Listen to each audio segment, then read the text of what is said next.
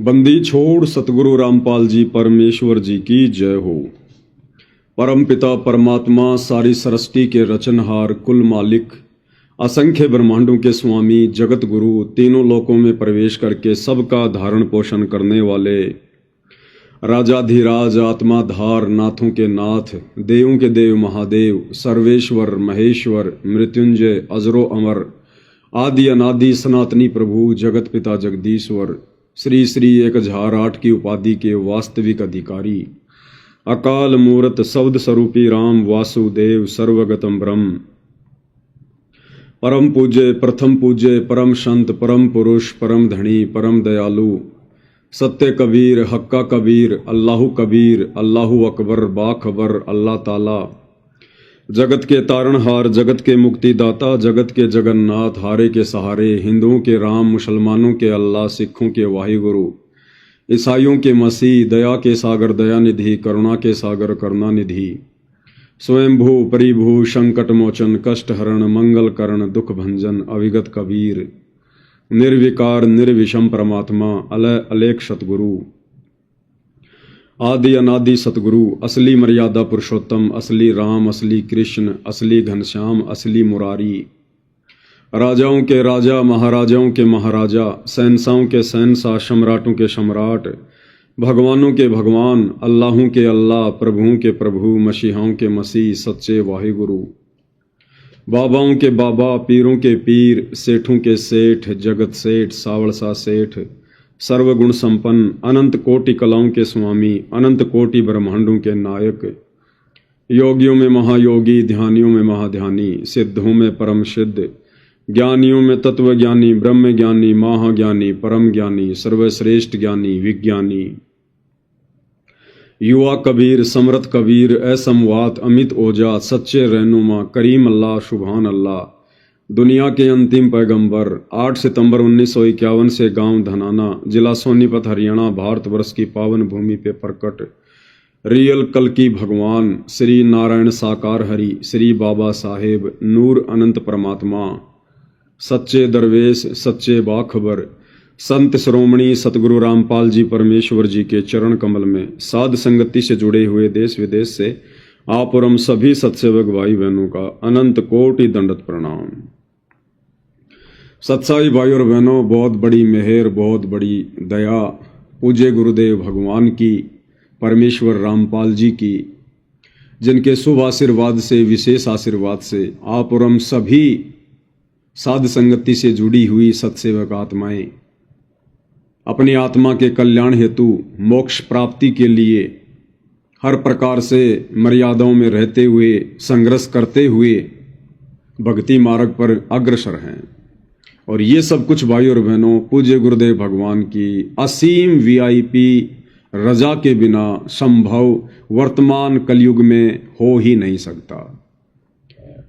तो हम सभी सत्सेवक भाई बहन निसंशय निसंदेह ये कह सकते हैं कि वर्तमान में इस अखिल सृष्टि में अखिल ब्रह्मांड में अगर पूर्ण ब्रह्म परमेश्वर सारी कायनात के रचयिता कबीर देव सतगुरु रामपाल जी की अगर किन्हीं आत्माओं पर अखंड रजा है असीम रजा है तो वे आत्माएं केवल सत्सेवक भाई बहन है सत्सेवक भाई बहन। और इस रजा को आप और हमने इसी प्रकार से मर्यादित भक्ति करते हुए गुरु को परमेश्वर मानकर ज्ञान को आधार बनाकर उनकी महिमा करते हुए अंतिम श्वास तक बनाकर रखनी है, क्योंकि भाई और बहनों ये हमारा असली धन है। परमेश्वर रामपाल जी हम भाई बहनों का असली धन है, असली धन। कबीरा सब जग निर्धना धनवंता ना कोई धनवंता सो ही जानिए जिसके पास राम नाम धन होय। तो नाम ही है परमात्मा और कुछ नहीं है, शब्द ही है। 5 तत्व में नहीं है परमेश्वर, 5 तत्व तो इनके गुलाम हैं, इनके खवाश हैं। ये परमेश्वर नूरी है, शौद स्वरूपी है, अकाल मूर्त है, घट घट में बसने वाला है, कण कण में रमने वाला है। हम नीचों को इस काल के लोक से निकालने के लिए जब जब ये परमेश्वर कबीर देव, परमेश्वर रामपाल जी धरती पर प्रकट होते हैं तो इन्होंने एक चोला धारण करना पड़ता है। अपने तेज पुंज वाले शरीर से एक अन्य रूप धारण करना पड़ता है। और हम दो कोडी के प्राणी, काल की जेल में बंद प्राणी, हमारी बुद्धि हर तरफ से बंद होती है, चौपट होती है, काल में खोखला कर रखा होता है। हमें ना भगवान की परिभाषा का पता होता है, ना भक्ति की परिभाषा का पता होता है। और हम अपनी अज्ञान सोच से उस तेज पुंज वाले नूरी शरीर में प्रकट परमेश्वर को अपने जैसा एक मानुष मान लेते हैं, एक व्यक्ति मान लेते हैं। और जब तक हमारे अंतःकरण में ये बात समाई रहेगी कि मेरे गुरुदेव मेरे जैसे एक जीव हैं, जैसे मैंने जन्म लिया ऐसे ही मेरे गुरुदेव ने भी जन्म लिया है, उनके माता पिता हैं, उनका भी शरीर 5 तत्व का है, जब तक हमारी ऐसी घटिया सोच बनी रहेगी उस समय तक भाई और बहनों, सतगुरु की शरण में आने के उपरांत भी हम भाई बहन भक्ति के निकट भी नहीं होते हैं, निकट भी। इसलिए हमने ज्ञान को आधार बनाकर इन सभी पॉइंटों पर गहनता से विचार करना चाहिए।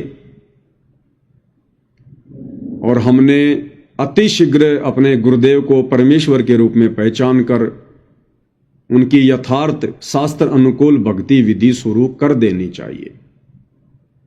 और ये असीम रजा वर्तमान में सत्सेवक भाई बहनों के ऊपर बनी हुई है। तो भाई और बहनों, शॉर्ट वीडियो के ऊपर वीडियो बनाने की श्रृंखला जारी है। गुरुदेव भगवान के आशीर्वाद से, उनकी विशेष रजा से हम भाई बहन निरंतर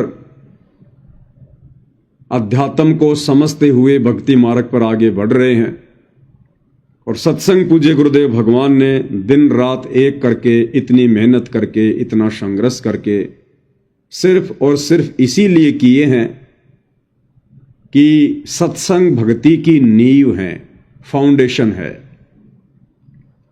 अगर भगत ने सत्संग अच्छे से नहीं सुने, नहीं समझे, और समझने के बाद यदि सत्संगों पर अमल नहीं किया,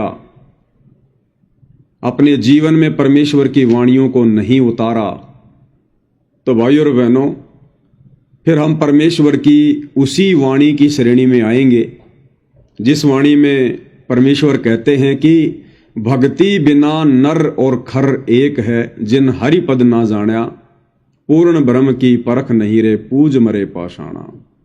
फिर हमारे में और गधे में कोई अंतर नहीं होगा। इसलिए परमेश्वर ने हमें जो ये अनमोल मनुष्य शरीर दिया है, 84 लाख योनियों से भिन्न, उस नारायण ने अपने जैसा हमें रूप दिया, शरीर दिया, नर रूप, और हमें विशेष बुद्धि प्रदान की है, सोचने समझने की क्षमता, चिंतन मनन करने की क्षमता, तर्क वितर्क करने की क्षमता, निष्कर्ष निकालने की क्षमता। तो हम इसका इस मनुष्य शरीर में भरपूर फायदा उठाएं। अन्यथा परमात्मा स्पष्ट कर चुके हैं, अगर तुमने भक्ति नहीं की और मर्यादाओं में रहकर नहीं की, तो अंत में तुम्हारा भी ये मनुष्य शरीर 84 लाख योनियों में जितने भी जीव जंतु प्राणी हैं उनके जैसा ही होगा, यदि तुमने इस मनुष्य शरीर को प्राप्त करके और परमेश्वर की प्राप्ति नहीं की तो भाई और बहनों, शॉर्ट वीडियो के माध्यम से हम आगे बढ़ते हैं। क्या हुआ?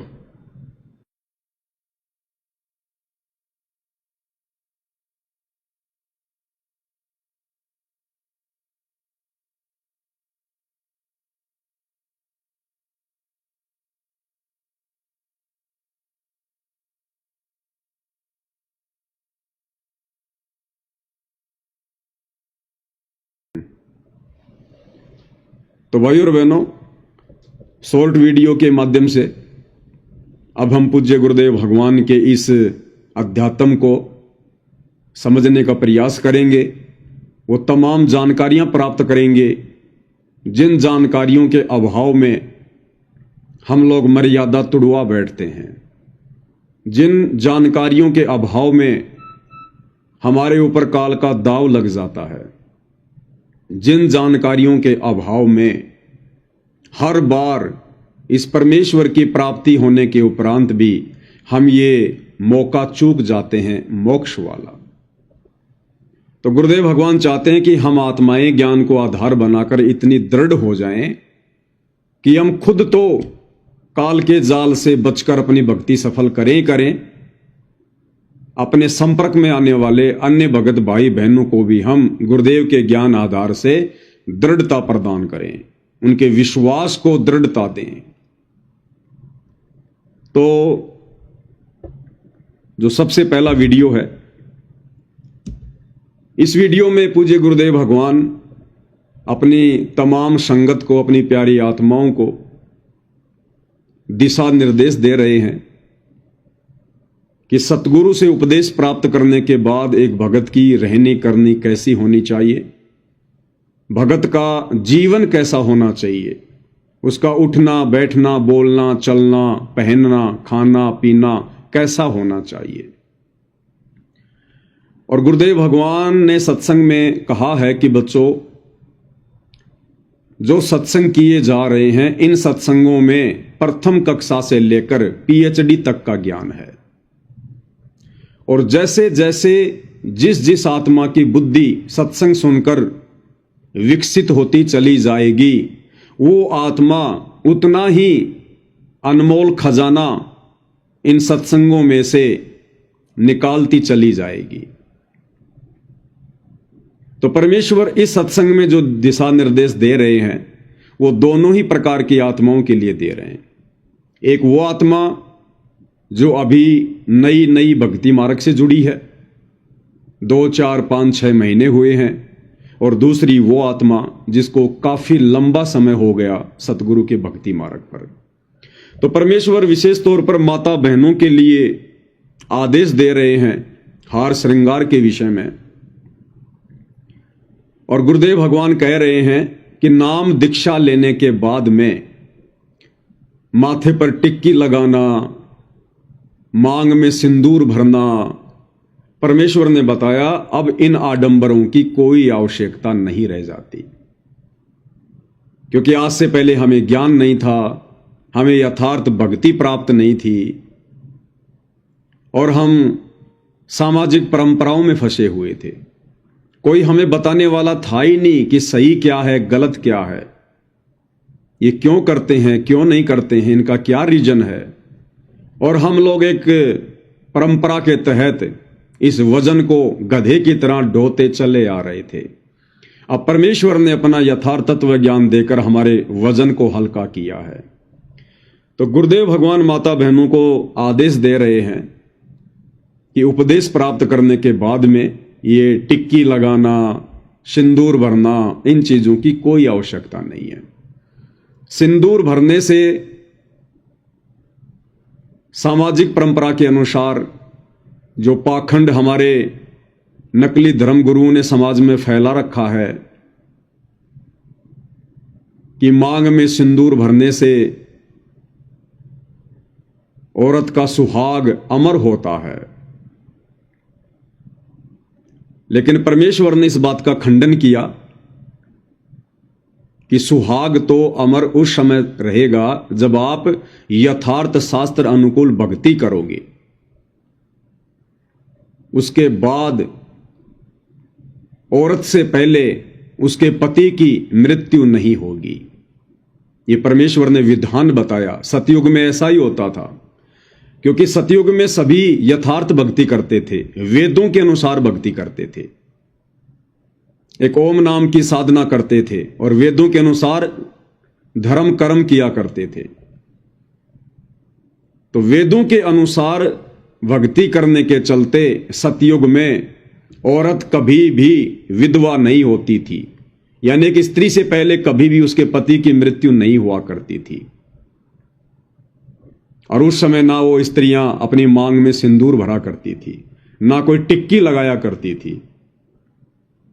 और जैसे जैसे भक्ति का स्तर नीचे गिरता गया, आज आम समाज में 90% माता बहनें अपनी मांग में सिंदूर भी भरती हैं, माथे पर टिक्की भी लगाती हैं, करवा चौथ का व्रत भी करती हैं कि मेरे पति की लंबी आयु हो।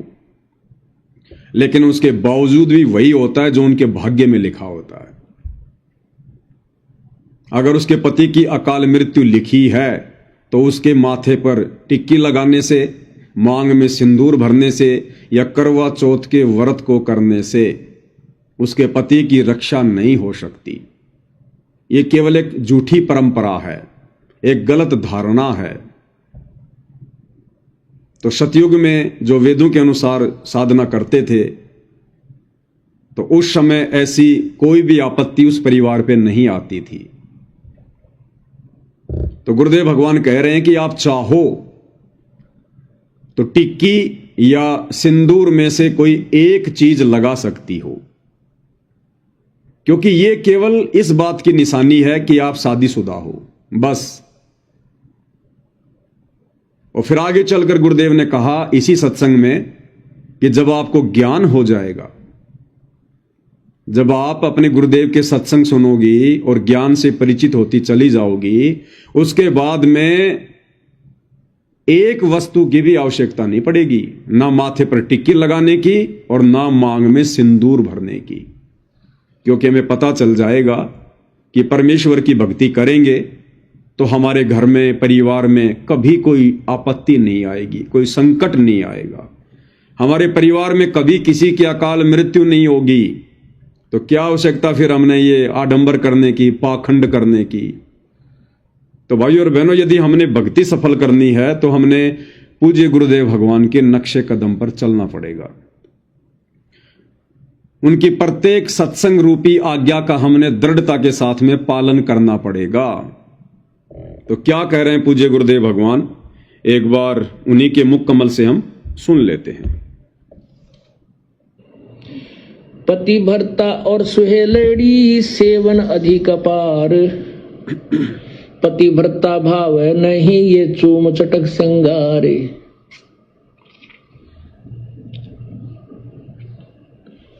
पुण्यात्माओं,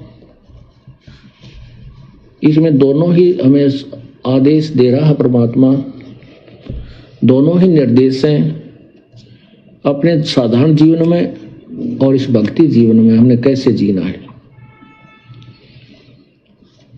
पतिव्रता और स्वेलड़ी सेवन अधिक अपार, वो अधिक से अधिक तो पुण्यात्मा है। पतिव्रता यानी एक इष्ट पर आश्रित पुण्यात्माएं हैं, वो अधिक से अधिक सेवन यानी पूजा करती हैं। और वो पतिव्रता भावनी चोम चटक श्रृंगार, पतिव्रता को किसी भी प्रकार के बाह्य आडंबर करने की आवश्यकता नहीं। कहते हैं इन श्रृंगारों की परमात्मा को कति आवश्यकता नहीं, वो अंदर से जानता है ये कितना भगत है और उसमें उतना ही प्रेम होता है प्रभु का।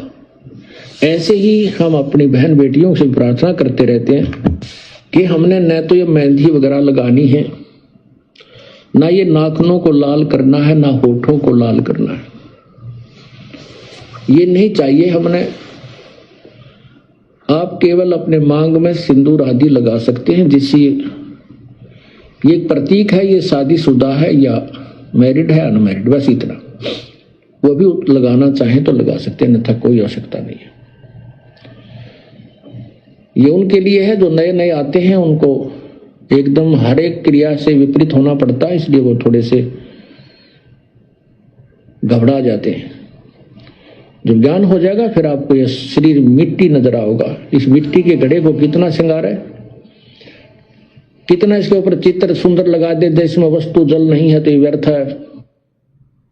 तो भाई और बहनों, पूज्य गुरुदेव भगवान ने अपने इस सत्संग में समझदार आत्माओं के लिए, मोक्ष के लिए अधिकारी आत्माओं के लिए बिल्कुल स्पष्ट दिशा निर्देश दे दिया है यदि हमने भक्ति सफल करनी है तो चाहे भाई हो, चाहे बहन हो, स्त्री हो या पुरुष हो, हमने कोई भी बाह्य आडंबर नहीं करना है, ना तो भक्ति मार्ग में और ना अपने सामाजिक जीवन में। हमने किसी भी प्रकार का कोई गहना, कोई सोना, कोई चांदी, कोई आर्टिफिशियल गहना, अंगूठी वगैरह, चैन वगैरह, पाजेब वगैरह, नाक में, कान में कुछ नहीं पहनना, कुछ भी। यदि हमने गुरुदेव भगवान को प्रसन्न करना है तो। और ना किसी भगत भाई ने कोई सोने की चैन, ना कोई ब्रासलेट, ना कोई अंगूठी, कुछ नहीं पहननी हमने। क्योंकि गुरुदेव भगवान कह रहे हैं कि परमात्मा अंदर से जानता है कि तुम कितने भगत हो, बाहर से दिखावा करने की जरूरत नहीं है। तो हमने तो अपने गुरुदेव को प्रसन्न करना है। दुनिया को हमने अनंत जन्मों तक प्रसन्न किया, लेकिन दुनिया ने हमें कुछ नहीं दिया। अंत में 84 लाख योनियों में जाना पड़ा। इसलिए भाई और बहनों, हमने अब अपने गुरुदेव को प्रसन्न करना है और हमने उन तमाम मर्यादाओं का अनुसरण करना है जो मर्यादाएं गुरुदेव ने अपने सत्संगों में कह रखी हैं। नाम उपदेश के समय गुरुदेव हमें जो नियम बताते हैं, जो मर्यादा देते हैं, वो तो केवल भक्ति पर लगाने के लिए शुरुआती नियम है। अन्यथा इस भक्ति मार्ग पर भाई और बहनों कदम कदम पर नियम है, कदम कदम पर। काल कसाई तक तक मारे, पग पग पे यो बाणा। तो हमने इतना सावधान होकर इस भक्ति मार्ग पर फूक फूक के कदम रखने हैं, तब भाई और बहनों हम सफलता की ओर आगे बढ़ेंगे। हमने अब काल को कोई मौका देना नहीं है किसी प्रकार का। हम बहुत ठगे जा चुके हैं, युगों युगों से काल के द्वारा ठगे जा रहे हैं। अब परमेश्वर ने आकर हमें संभाला है, हमें अपनी शरण दी है, ये अनमोल तत्व ज्ञान दिया है जो ब्रह्मा विष्णु महेश के पास भी नहीं है। इस ज्ञान की खोज में 88,000 ऋषि, 9 नाथ 84 सिद्ध भी भटक रहे हैं। गोरखनाथ जैसे तपस्वियों को भी यह ज्ञान प्राप्त नहीं था। उस अनमोल ज्ञान की रजा आज गुरुदेव ने आप और हमारे ऊपर बख्शी है। तो ये हमारा अनमोल भक्ति धन है, इससे बड़ा कोई धन नहीं है। और कोई मूर्ख व्यक्ति होगा जो ऐसे अनमोल धन को ठोकर मारेगा या हल्के में लेगा। तो अब हमने किसी भी प्रकार का मौका ना ही तो काल को देना है और ना ही हमने गुरुदेव भगवान को नाराज करने का देना है। तो माता बहनों ने विशेषकर परमेश्वर की प्रत्येक मर्यादाओं को फॉलो करते हुए भक्ति मार्ग पर आगे बढ़ना है। इसके बाद भाई और बहनों, अगला जो सत्संग है इसमें पूज्य गुरुदेव भगवान कुछ यथार्थता बता रहे हैं, सच्चाई बता रहे हैं भक्ति मार्ग की। जिस सच्चाई से अपरिचित होने के कारण ज्यादातर संगत वर्तमान में इस भक्ति मार्ग को हल्के में ले रही है, मर्यादाओं को हल्के में ले रही है, अपने पूज्य परमेश्वर को हल्के में ले रही है। वैसे तो परमेश्वर ने अपने अनेकों सत्संगों में क्लियर कर दिया, स्पष्ट कर दिया है, संकेतों में भी और स्पष्ट रूप से भी, कि बच्चों इस दास के यहां से वापस सतलोक जाने के बाद मोक्ष के दरवाजे बंद हो जाएंगे। इसलिए हर प्रकार से जागरूक रहकर अपनी भक्ति को कम से कम समय में सफल करने का प्रयास करो। उसी दिशा में गुरुदेव भगवान हमें समझा रहे हैं कि अब तो हो सकता है कम कदर हो। गुरुदेव भगवान कह रहे हैं कि वर्तमान में तो हो सकता है मेरी इतनी इज्जत ना हो, इतनी मेरी ये कदर ना हो, क्योंकि इस गंदे लोक का ये विधान है, ये रूल है। जबरदस्ती भगवान करते नहीं है और आसानी से इंसान मानता नहीं है। तो गुरुदेव कह रहे हैं हो सकता है वर्तमान में मेरी इतनी कदर ना हो, लेकिन जाने के बाद दुनिया याद किया करेगी। अब जाने के बाद याद करो या ना करो भाई और बहनों, अगर मोक्ष ही नहीं हुआ तो क्या फायदा फिर। तो ये तो गुरुदेव उन लोगों के लिए कह रहे हैं जो लोग इस अनमोल मौके को गुरुदेव भगवान के रहते सहते चूक जाएंगे। बाद में इन्हीं सत्संगों को सुन सुन के वो रोया करेंगे, पछताया करेंगे कि ये बातें हम लोगों को उस समय समझ में क्यों नहीं आई। और वर्तमान में जिन जिन आत्माओं को गुरुदेव ने अपनी शरण दे दी है, उन आत्माओं को गुरुदेव समय रहते संकेत कर रहे हैं कि नादानो, ये ना सोचना कि अगर बार बार मैं सत्संगों में कह रहा हूं कि ये मार्ग हजारों साल चलेगा, हजारों साल चलेगा, तो तुम भी कहीं हल्के में ले लो कि हजारों साल में तो सैकड़ों मनुष्य जन्म हो जाएंगे, इस जन्म में नहीं तो अगले जन्म में पार हो जाएंगे, उसमें नहीं तो अगले जन्म में पार हो जाएंगे, हजारों साल मार्ग चलेगा। तो गुरुदेव इस सत्संग के माध्यम से स्पष्ट कर रहे हैं कि इस वहम में मत रहना।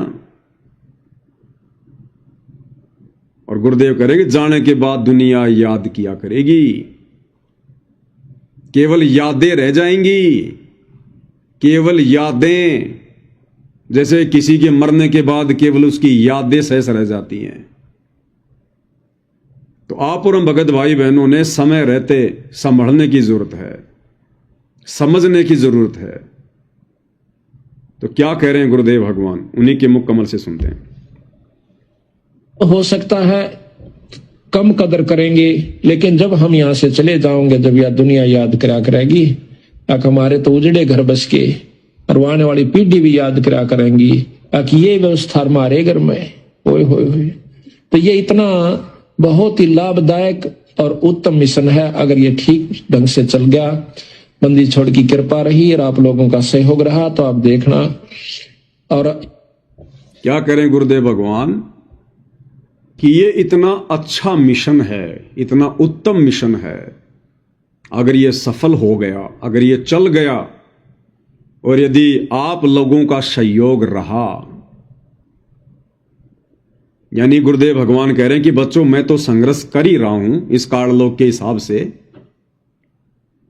लेकिन तुम लोगों ने भी मेरा पूरा सहयोग देना पड़ेगा, तुम लोगों ने भी संघर्ष करना पड़ेगा।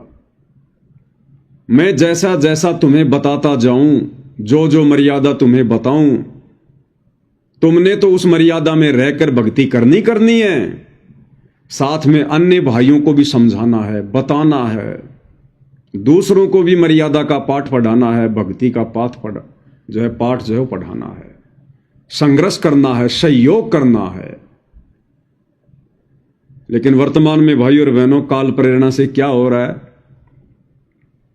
सहयोग तो छोड़िएगा, उल्टा परमेश्वर के मिशन को उन्हीं लोगों के द्वारा, जिन लोगों से गुरुदेव ने एक उम्मीद रखी थी,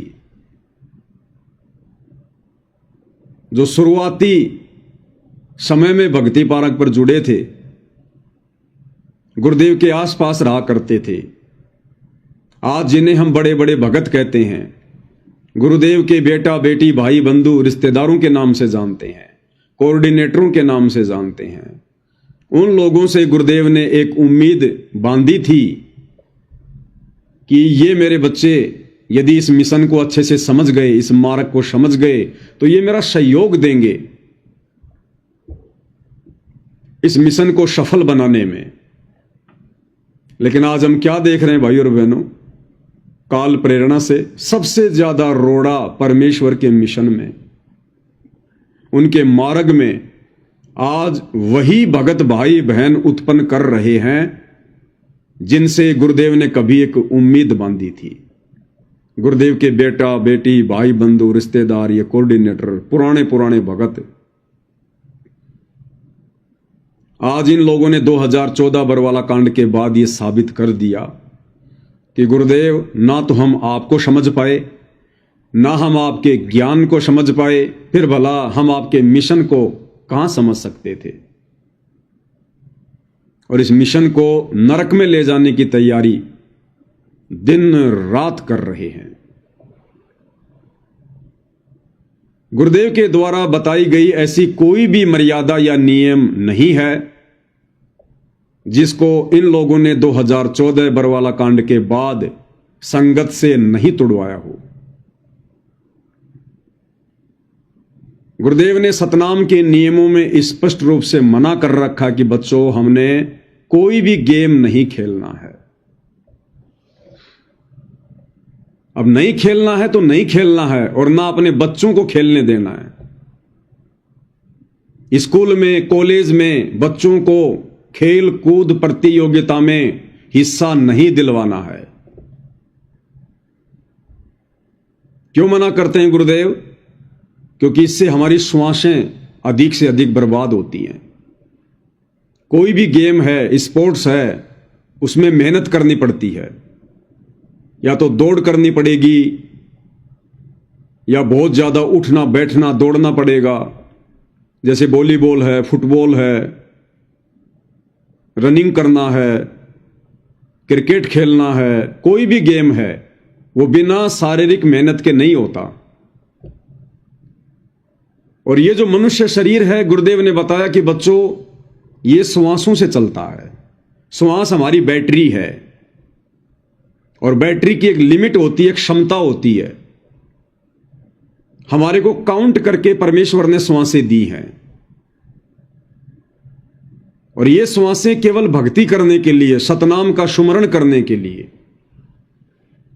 और यदि हम व्यर्थ की मेहनत करेंगे खेल कूद के माध्यम से, स्पोर्ट्स के माध्यम से, बॉडी बनाने के चक्कर में, शरीर बनाने के चक्कर में, गेम्स वगैरह खेलकर अपने और अपने बाप दादाओं का नाम रोशन करने के चक्कर में, या चंद पैसों के लालच में कि मैं जीत जाऊंगा राज्य स्तर पर, नेशनल स्तर पर, तो मेरे को ढेर सारा इनाम मिलेगा, पैसा मिलेगा, इज्जत मिलेगी, तो इस चक्कर में ना जाने हम अपनी कितनी श्वासें व्यर्थ में गवा देंगे।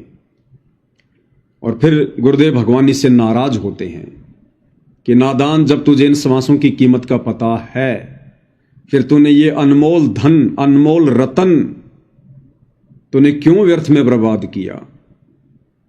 चंद सांसारिक झूठी संपत्ति के लिए? अगर तू राज्य स्तर पर जीत गया, नेशनल स्तर पर जीत गया, चलो तू ओलंपिक में मेडल ले आया सोने का, तुझे क्या मिलेगा? ज्यादा से ज्यादा 10 दिन देश में तेरी वाहवाही होगी, ज्यादा से ज्यादा 10 दिन। 1 महीने बाद तो कोई तेरा नाम भी नहीं जानेगा। सरकार तुझे 10-20 लाख रुपए दे देगी, 1 करोड़ रुपए दे देगी, 1-2 तुझे गाड़ियां दे देगी, एक तुझे कोई मकान दे देगी, इससे ज्यादा तो कुछ नहीं मिलना। और नादान, तूने अपना धन कितना बर्बाद कर दिया? इस झूठे सांसारिक धन के चक्कर में तूने अपना ओरिजिनल धन कितना बर्बाद कर दिया? श्वासें, एक एक श्वास की गुरुदेव कीमत समझाते हैं कि कहता हूं कहीं जात हूं, कहूं बजाकर डोल, और श्वास जो खाली जात है, ये 3 लोक का मोल। ये पृथ्वी लोक, अब ये पृथ्वी कितनी बड़ी है? अरे तेरे को तो सरकार ने केवल एक अच्छे से शहर में 1 करोड़ का कोई बंगला दे दिया होगा, 100 गज का, 200 गज का, 500 गज का एक छोटा सा बंगला दे दिया, 1 करोड़ का, 2 करोड़ का। और तेरी एक श्वास की कीमत कितनी है? ये पूरी पृथ्वी, पूरी पृथ्वी, ये पृथ्वी लोक, फिर इसके नीचे पाताल लोक, ऊपर स्वर्ग लोक, और अकेले स्वर्ग लोक में 5 करोड़ पृथ्वियां हैं, इससे भी बड़ी बड़ी। तो गुरुदेव भगवान कह रहे हैं कि नादान आत्मा, तेरी एक श्वास की कीमत के बराबर भी नहीं है ये तीनों लोक। कहता हूं कहीं जात हूं, कहूं बजाकर ढोल, और श्वास जो खाली जात है 3 लोक के मोल। और नादान, तूने 1 करोड़ 2 करोड़ रुपए के चक्कर में, एक 200 गज के प्लाट के चक्कर में, दुनिया से झूठी तालियां बजवाने के चक्कर में, वाहवाही के चक्कर में, और तूने अपनी लाखों श्वासें बर्बाद कर दी, लाखों श्वासें। स्पोर्ट्स के चक्कर में, गेम के चक्कर में। इसलिए परमेश्वर मना करते हैं कि अभी तुम्हें कीमत का पता नहीं है, तुम तो झूठे सुख को सुख मान रहे हो। झूठे सुख को सुख कहें ये मान रहा मनमोद, और शकल चबीना काल का, कुछ मुख में कुछ गोद। तो सत्संग करने का गुरुदेव का मकसद यही है कि हम समझें कीमत को, हमारा असली धन क्या है, सबसे कीमती धन क्या है। इसलिए गुरुदेव भगवान हमें कहते हैं कि बच्चों तुमने कोई गेम नहीं खेलना, सहयोग भी नहीं करना, क्योंकि जिस कार्य को ना करने के लिए गुरुदेव भगवान ने हमें प्रतिबंध कर दिया, मना कर दिया, तो उस कार्य में हम किसी का सहयोग भी नहीं कर सकते, क्योंकि वो गलत है। यदि हम करेंगे तो भी हम उतने दोषी हैं, और यदि दूसरा कोई कर रहा है और यदि हम सहयोग दे रहे हैं तो भी हम उतने ही दोषी हैं। हुक्का पीने वाला भी उतना दोषी है, और किसी को हुक्का भरकर देने वाला भी उतना ही दोषी है। बालों में डाई लगाना, कलर करना उतना ही दोष है। यदि हम किसी के बालों में डाई लगा रहे हैं, कलर कर रहे हैं, तो भी हम दोषी हैं परमात्मा के। बहुत सारे भाई जो बार्बर का काम करते हैं, नाई का काम करते हैं, दाढ़ी कटिंग बनाने का काम करते हैं, उनकी बहुत सारी शंकाएं आया करती थी कि भगत जी हम क्या करें। अब हम साथ संगति से भी जुड़ गए, और गुरुदेव के आदेश हैं कि बच्चों अब हमने डाई वगैरह नहीं करनी, बालों में ये कलर वगैरह नहीं लगाना। तो गुरु जी कहते हैं भाई गलत काम करना और उसमें सहयोग देना दोनों ही मां बाप के भागी हैं। तो दास ने भी सभी भगत भाई बहनों को फिर यही समझाया कि भैया गुरु वचन में चलना है। गुरु वचन में 2 टाइम की रोटी परमात्मा देगा, भक्ति से देगा, मर्यादाओं से देगा। जब गुरुदेव का आदेश आ गया कि ना गलत काम करना और ना गलत काम में सहयोग देना, ना हमने बालों में डाई लगानी, ना हमने सफेद बालों को काला करना, और ना हमने किसी और के बालों को काला करना। यदि हम कर रहे हैं तो अभी हम पूर्ण मर्यादा में नहीं हैं, हम परमेश्वर की उस रजा के पात्र नहीं हैं। हमने प्रत्येक बातों पर विचार करना पड़ेगा। प्रत्येक बातों पर धंधा भी भगत ने बहुत सोच समझ के करना होता है, बहुत सोच समझ के। गुरुदेव ने कह दिया बच्चों आपने जींस नहीं पहननी। कौन सी जींस? जो टाइट जींस है। अगर ढीला ढाला जींस है उसको गुरुदेव ने मना नहीं किया। जो टाइट जींस होती है गुरुदेव ने बताया कि ये भक्तों ने, ना बहन ने, ना भाई ने नहीं पहननी। एक तो देखने में वो बेकार लगे, उनके अंग वगैरह बिल्कुल चिपके चिपके लगे। दूसरा, उनको बैठने में दिक्कत होती है, 5 मिनट में उनकी नसें जाम हो जाती हैं। सत्संग क्या खाक सुनेंगे वो, सेवा क्या खाक करेंगे वो। इसलिए गुरुदेव ने बताया कि भक्तों ने ढीले ढाले कपड़े पहनने चाहिए, जींस नहीं पहननी चाहिए। तो भक्तों ने जींस का व्यापार भी नहीं करना चाहिए, जींस का धंधा भी नहीं करना चाहिए। भक्तों ने जिस कार्य के लिए गुरुदेव ने हमें मना कर दिया कि आपने ये नहीं करना, तो हमने उस कार्य को फिर बढ़ावा भी नहीं देना। गुरुदेव ने मना कर दिया कि हमने नशा नहीं करना, बीड़ी नहीं पीनी, तो हमने अपनी दुकान पर बीड़ी नहीं रखनी, सिगरेट नहीं रखनी, जर्दा तमाकू की पुड़िया नहीं रखनी। हमने सहयोग भी नहीं देना उस नियम में। तो जितने भी सत्सेवक भाई बहन हैं जो दृढ़ हैं, कुछ तो दास की नजरों में हैं, तो वो आत्माएं भाई और बहनों काफी लंबे समय से अपनी दुकान पर किसी के बालों में डाई नहीं करती हैं। स्पष्ट मना कर दिया उन्होंने कि हम केवल सिंपल दाढ़ी और ये कटिंग करेंगे, सिर्फ दाढ़ी कटिंग, इसके अलावा हम कुछ नहीं करेंगे। ना कोई कलर लगाएंगे, ना कोई डाई लगाएंगे, ना किसी दूल्हे का कोई मेकअप करेंगे। हम सिर्फ सिंपल दाढ़ी और कटिंग करेंगे। तो उन्होंने बताया कि भगत जी शुरुआत में तो थोड़ी सी दिक्कत आई हमें, लेकिन उसके बाद परमात्मा ने फिर दया बख्श दी और उससे भी बढ़ चढ़कर हमारे पास में कस्टमर आते हैं, उससे भी बढ़ चढ़कर। तो ये थोड़ा सा हमने भाई और बहनों हिम्मत करनी पड़ेगी, थोड़ा धैर्य धारण करना पड़ेगा, गुरुदेव भगवान पर विश्वास रखना पड़ेगा। जब सारी सृष्टि को गुरुदेव भगवान खिला रहा है तो भक्ति करने वाली आत्माओं के लिए परमात्मा क्या कमी रखेगा। लेकिन परमेश्वर हमारी परीक्षा भी लेगा, हमारे धैर्य की, हमारे विश्वास की। तो भाई और बहनों, गुरुदेव ने मना कर दिया कि हमने गेम नहीं खेलना, स्पोर्ट्स में कोई सहयोग नहीं देना। परमेश्वर ने हमारे से एक उम्मीद लगाई कि मेरे बच्चे मेरा सहयोग करेंगे, लेकिन वही बच्चे गुरुदेव के जेल जाने के बाद सतनाम के नियमों में लिखी हुई इन मर्यादाओं को तार तार करते हुए, अपने पैरों तले रौंदते हुए और धनाना आश्रम के पास में धनाना गांव में लगभग 50 लाख रुपए से ऊपर की लागत से और एक बैडमिंटन का स्टेडियम बनवा दिया। गुरुदेव के परिवार ने बैडमिंटन खेलने का स्टेडियम बनवा दिया। तो ये गुरुदेव भगवान की मर्यादाओं को तार तार किया गया है। हरियाणा के जाट आरक्षण में भगत भाई बहनों को बैठा दिया गया। बोले नादान भक्तों की मर्यादाएं तोड़वा दी गई, उनकी अनमोल श्वासें बर्बाद करवाई गई। कैसे? तो उन्होंने उस भीड़ में बैठकर रमेणी की होगी, आरती की होगी, मंत्र किए होंगे। कोई हुक्का पी रहा है, कोई बीड़ी पी रहा है, कोई गंदी संदी गालियां निकाल के बातें कर रहा है। हरियाणा में तो गाड़ियां हेल्पिंग वर्ब हैं, बिना गाड़ी के तो सेंटेंस ही पूरा नहीं होता।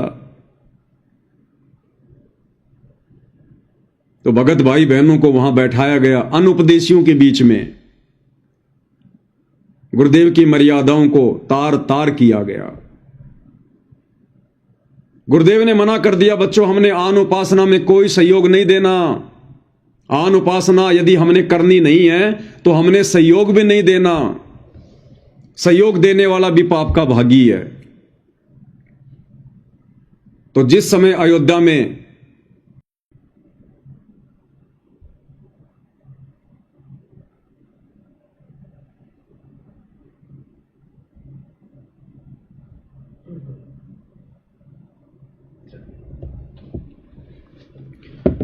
बीच बीच में थोड़ा नेट वगैरह की दिक्कत आ जाती है भाई और बहनों। तो जिस समय अयोध्या में राम मंदिर का कार्य पूरा हो चुका था, उसका उद्घाटन भी हो चुका था और देश भर से लोग राम मंदिर को देखने के लिए आ रहे थे, शास्त्र विरुद्ध साधना करने के लिए आ रहे थे। आप और हमें गुरुदेव भगवान के सत्संगों से भली बात समझ में आ रहा है कि मंदिर, मस्जिद, चर्च और गुरुद्वारों में जाकर शास्त्र विरुद्ध साधना करना परमेश्वर के ज्ञान और विधान के विपरीत है, खिलाफ है। और गुरुदेव ने अपने सत्संग में यहां तक बताया कि बच्चों, यदि इस पृथ्वी पर कबीर परमात्मा का सबसे बड़ा कोई अपराधी है तो वो व्यक्ति है जो शास्त्र विरुद्ध साधना करता है, आन उपासना करता है।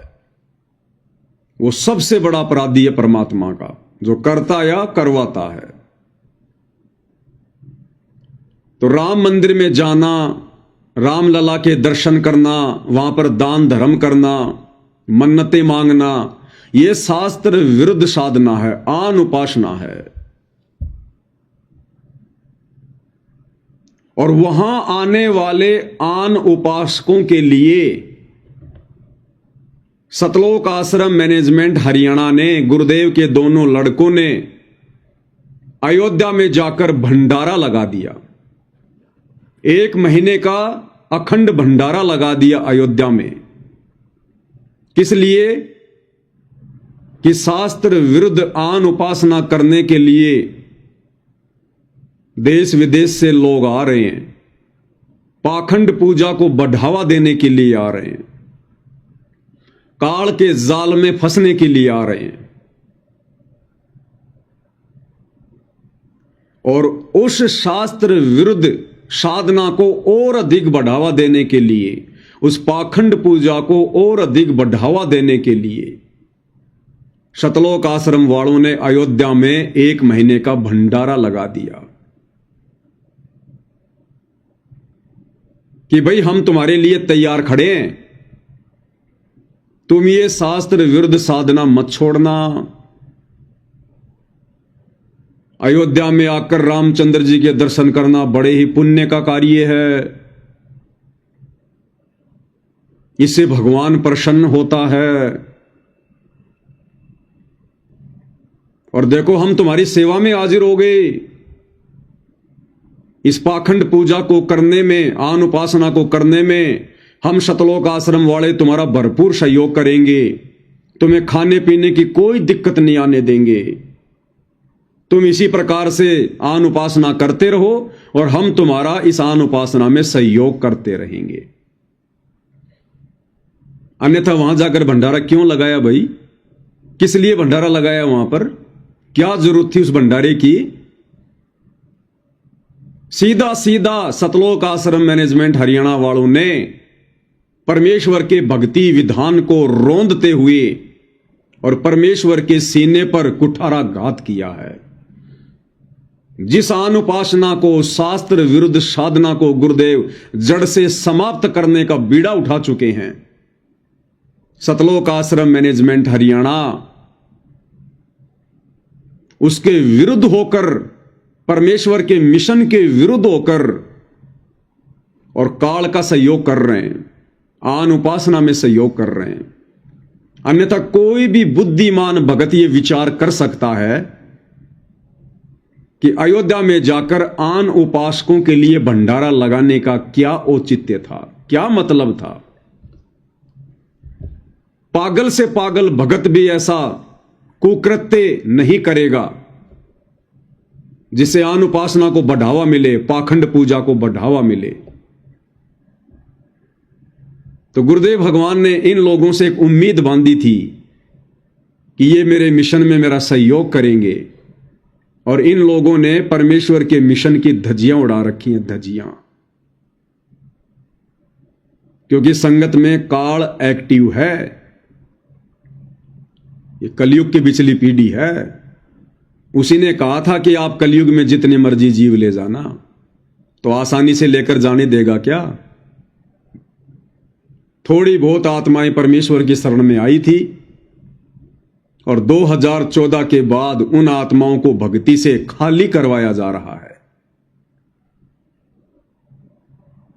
उनकी मर्यादाएं तुड़वाई जा रही है। उसके बाद राजस्थान के गैंगस्टर आनंदपाल सिंह की सीबीआई जांच का समर्थन करवा दिया गया। भक्तों से एक गुंडे की सीबीआई जांच का समर्थन और संत रामपाल जी के भक्तों से करवा दिया गया।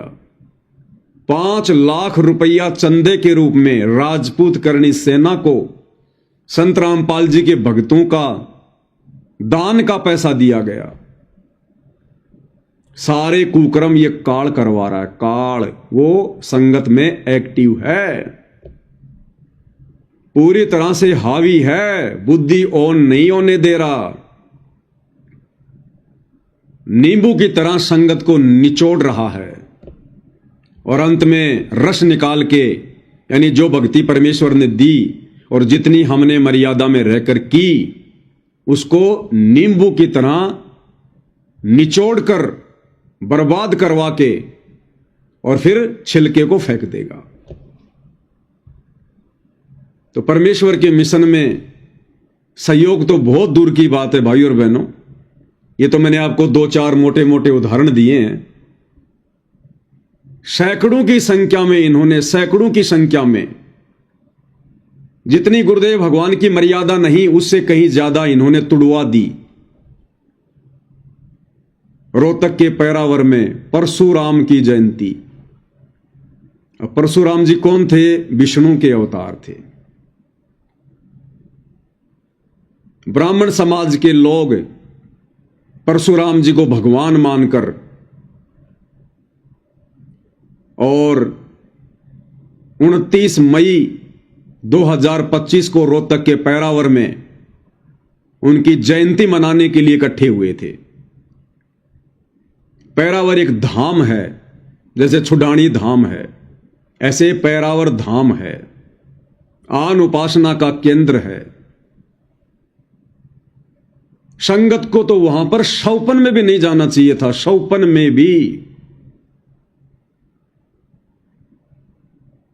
लेकिन काल संगत पर पूरी तरह से हावी है। काल ने ऐसी चाल चली, ऐसा पासा फेंका,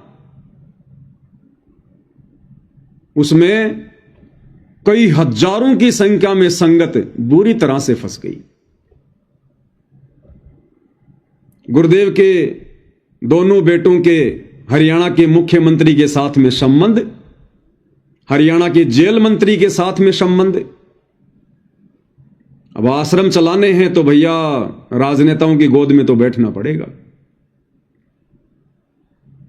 यदि आपने आश्रम चलाने हैं और परमेश्वर रामपाल जी का आशीर्वाद नहीं है, तो भैया फिर राजनेताओं के आशीर्वाद की तो जरूरत पड़ेगी।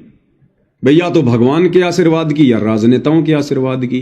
तो भगवान का आशीर्वाद तो है नहीं इनके ऊपर,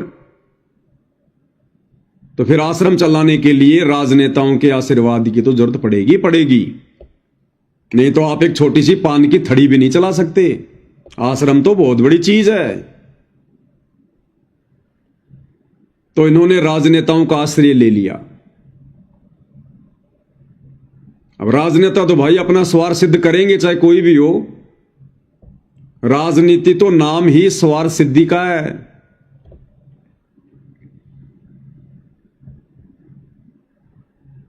तो राजनेताओं ने कहा कि भैया भीड़ इकट्ठा करो, बाबा के भक्तों, और तो तुम हमें क्या दे सकते हो? तुम्हारे पास में क्या है? भाई राजनेताओं के पास और तो सब कुछ है, गाड़ी घोड़ा धन दौलत सब कुछ है, लेकिन राजनेताओं के पास में भीड़ नहीं होती। और भीड़ के बिना राजनेताओं को भाषण देने में आनंद नहीं आता। तो राजनेताओं ने कहा कि बाबा के लड़कों, बाबा के बच्चों, भीड़ इकट्ठा करो, भीड़। रोहतक के पैरावर में हमारी रैली है, हरियाणा के मुख्यमंत्री जी आ रहे हैं, जबरदस्त भीड़ होनी चाहिए। अब राजनेताओं का हुक्म शतलोक आश्रम वालों के लिए सराखों पर। अगर धार्मिक धंधा करना है तो, आश्रम चलाने हैं तो,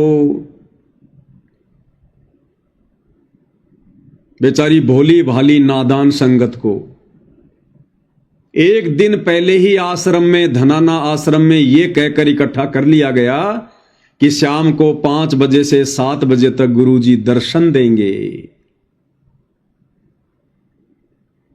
और उसके बाद फिर सत्संग होगा, और फिर संगत को वहीं रोक लिया गया आश्रम में। और उधर से हरियाणा सरकार ने 700 बसें रात्रि में शतलोक आश्रम धनाना में भेज दी। बेचारी नादान संगत को गुरुजी का आदेश बताकर, जिस गंदी राजनीति के हमारे गुरुदेव भगवान आसपास भी नहीं रहते, आसपास भी,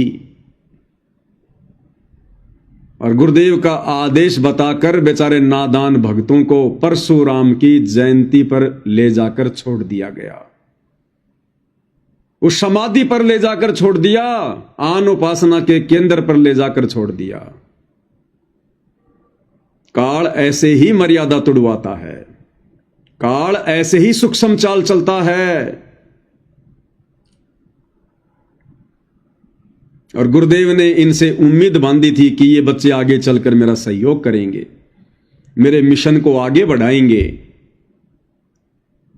और आज इन्होंने मिशन की ऐसी की तैसी करके रख दी, ऐसी की तैसी। बाकी इनके कुकृत्य भाई और बहनों आपको भली भांति पता है, दास बार बार रिपीट करने की आवश्यकता नहीं समझता है।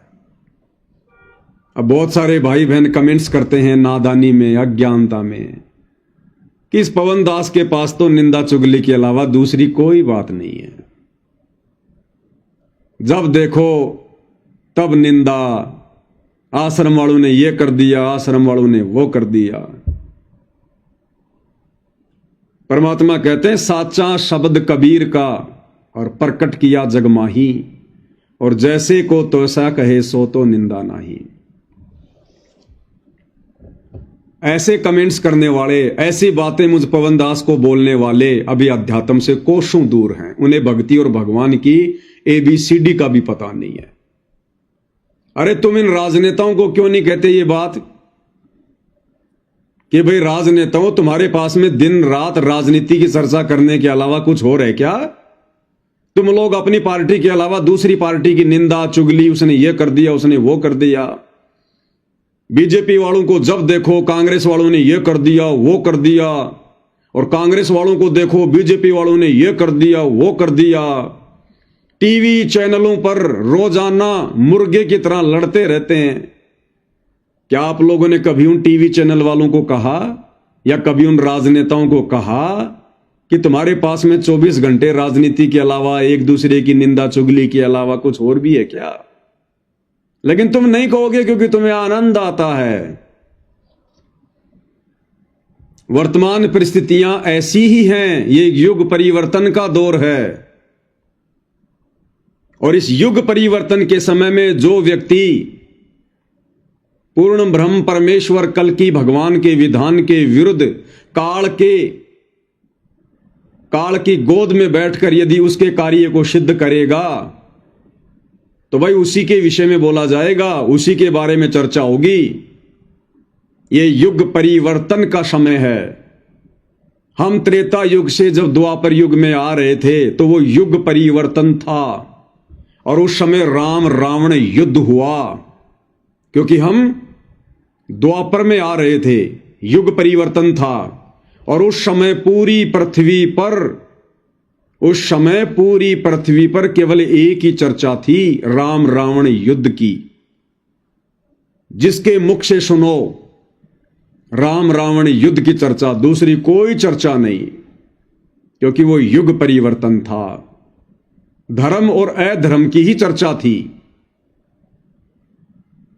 और जब हम द्वापर से कलयुग में प्रवेश करने के लिए चले तो भाई महाभारत का युद्ध हुआ, क्योंकि युग परिवर्तन का समय था। हम द्वापर से कलयुग में आ रहे थे, युग परिवर्तन होना था, तो महाभारत हुआ।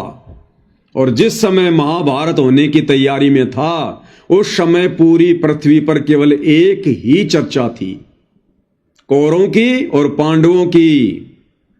कौन धर्म के पक्ष में है, कौन अधर्म के पक्ष में है, दूसरी कोई बात नहीं। सब अपनी आपसी लड़ाई झगड़े भूल गए। पूरा विश्व दो खेमों में बट गया, एक खेमा कौरवों के पक्ष में, एक खेमा पांडवों के पक्ष में। और वर्तमान ये जो समय चल रहा है, कलयुग की बिचली पीढ़ी, 2028 युग परिवर्तन का समय है। हम 1000 साल के लिए कलयुग से मिनी सतयुग में जा रहे हैं, और ज्यादा से ज्यादा हमारे पास में 3 वर्ष बचे हैं। 3 वर्ष उस राम रावण युद्ध से और महाभारत वाले युद्ध से भी ज्यादा विनाश होना है। ज्यादा विनाश, उससे भी कहीं ज्यादा तांडव मचने वाला है। तो भैया फिर चर्चा क्या होगी? इस युग परिवर्तन में जो 2 मुख्य संस्थाएं भूमिका में हैं, वो हैं सतलोक आश्रम मैनेजमेंट हरियाणा और साध संगति से जुड़े हुए सत्सेवक भाई बहन, जिससे दुनिया अभी बेखबर है।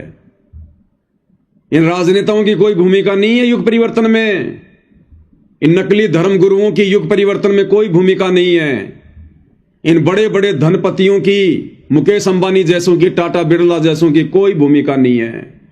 ये तुम्हारे बॉलीवुड वाले, जॉलीवुड वाले, ये क्रिकेटर, इनकी कोई भूमिका नहीं है। ये तो सब काल के पक्ष में है, काल की गोद में बैठे हैं।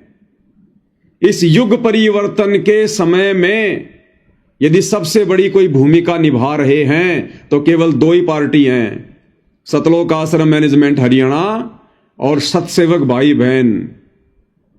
सतलोक आश्रम मैनेजमेंट हरियाणा काल की तरफ से अपनी भूमिका अदा कर रहा है और सतसेवक भाई बहन सतगुरु की तरफ से भूमिका अदा कर रहे हैं। 2028 के बाद दुनिया जानेगी, पहचानेगी। तो इस समय भाइयों और बहनों धर्म और अधर्म की बात होगी। इस समय हम केवल उसी मुद्दे पर चर्चा करेंगे जिस मुद्दे को यदि हमने समझ लिया, सावधानी बरत ली, समय रहते सतगुरु की शरण ग्रहण कर ली, तो इस आगामी युग परिवर्तन में हम बचेंगे, हमारा परिवार बचेगा, हमारी संपत्ति बचेगी। अन्यथा चाहे देश का राजा हो, चाहे महाराजा हो, चाहे धनपति हो, चाहे रोडपति हो, आने वाले युग परिवर्तन के समय में दुर्गति होगी, दुर्गति। इसलिए चर्चा तो भाई यही होगी जो वर्तमान में हो रही है। हम सतगुरु के एजेंट, काल के एजेंटों के भक्ति विरुद्ध कर्मों पर ही चर्चा करेंगे। हमारा किसी से कोई राग द्वेष नहीं है, कोई झगड़ा नहीं है, कोई मनमुटाव नहीं है। लेकिन इस परमेश्वर के मार्ग में जो जैसी भूमिका निभाएगा, अगर कोई अच्छी भूमिका निभाएगा तो उसकी सराहना की जाएगी, और यदि कोई गलत भूमिका में है तो भाई उसका पर्दाफाश किया जाएगा। हमारी सबसे बड़ी जिम्मेदारी वर्तमान में यही है। अरे जब ये दुनिया भर के राजनेता सारे दिन राजनीति में थूक बिलोते रहते हैं, बेमतलब की बातें, व्यर्थ का झगड़ा, जब ये राजनेता 24 घंटे में एक बार भी कोई परमात्मा की चर्चा नहीं करते, कोई भक्ति भाव की चर्चा नहीं करते, तो हम भक्ति मार्ग से जुड़े हुए व्यक्ति हम क्यों राजनीति की चर्चा करें? हमारा राजनेताओं से क्या लेना देना? जिन राजनेताओं के मुख से, सबसे बड़े राजनेता वर्तमान में हमारे देश के प्रधानमंत्री नरेंद्र मोदी, लगभग 10 वर्ष हो चुके हैं, 11वां वर्ष चल रहा उनको प्रधानमंत्री बने। 11 वर्षों में उन्होंने कभी भी परमेश्वर रामपाल जी का नाम अपनी जुबान से नहीं लिया। और यदि परमेश्वर रामपाल जी का परिवार, उनके बेटा बेटी, भाई बंधु, यदि उनकी गोद में जाकर बैठेंगे, उनकी रैलियों में जाकर उनका समर्थन करेंगे, बैठेंगे और संगत की मर्यादा तुड़वाएंगे, तो भाई यहां हमें बोलने का अधिकार है। हम यहां बोलेंगे, हमारी यही ड्यूटी है। यदि कोई इस परमेश्वर की मर्यादा तोड़ेगा या तुड़वाएगा, खुद चाहे लाख बार तोड़े, हमें कोई मतलब नहीं है। लेकिन ऐसे कर्म, ऐसी मर्यादा जिसे परमेश्वर रामपाल जी के भक्ति मार्ग पर, उनकी संगत पर यदि गलत असर पड़ेगा, तो फिर हम सतसेवक भाई बहनों की ये जिम्मेदारी बन जाती है उसका पर्दाफाश करने की, उसके विषय में बताने की, समझाने की, क्योंकि हमारी यही ड्यूटी है। अरे मोबाइल कंपनी ने कॉल सेंटर खोल रखे होते हैं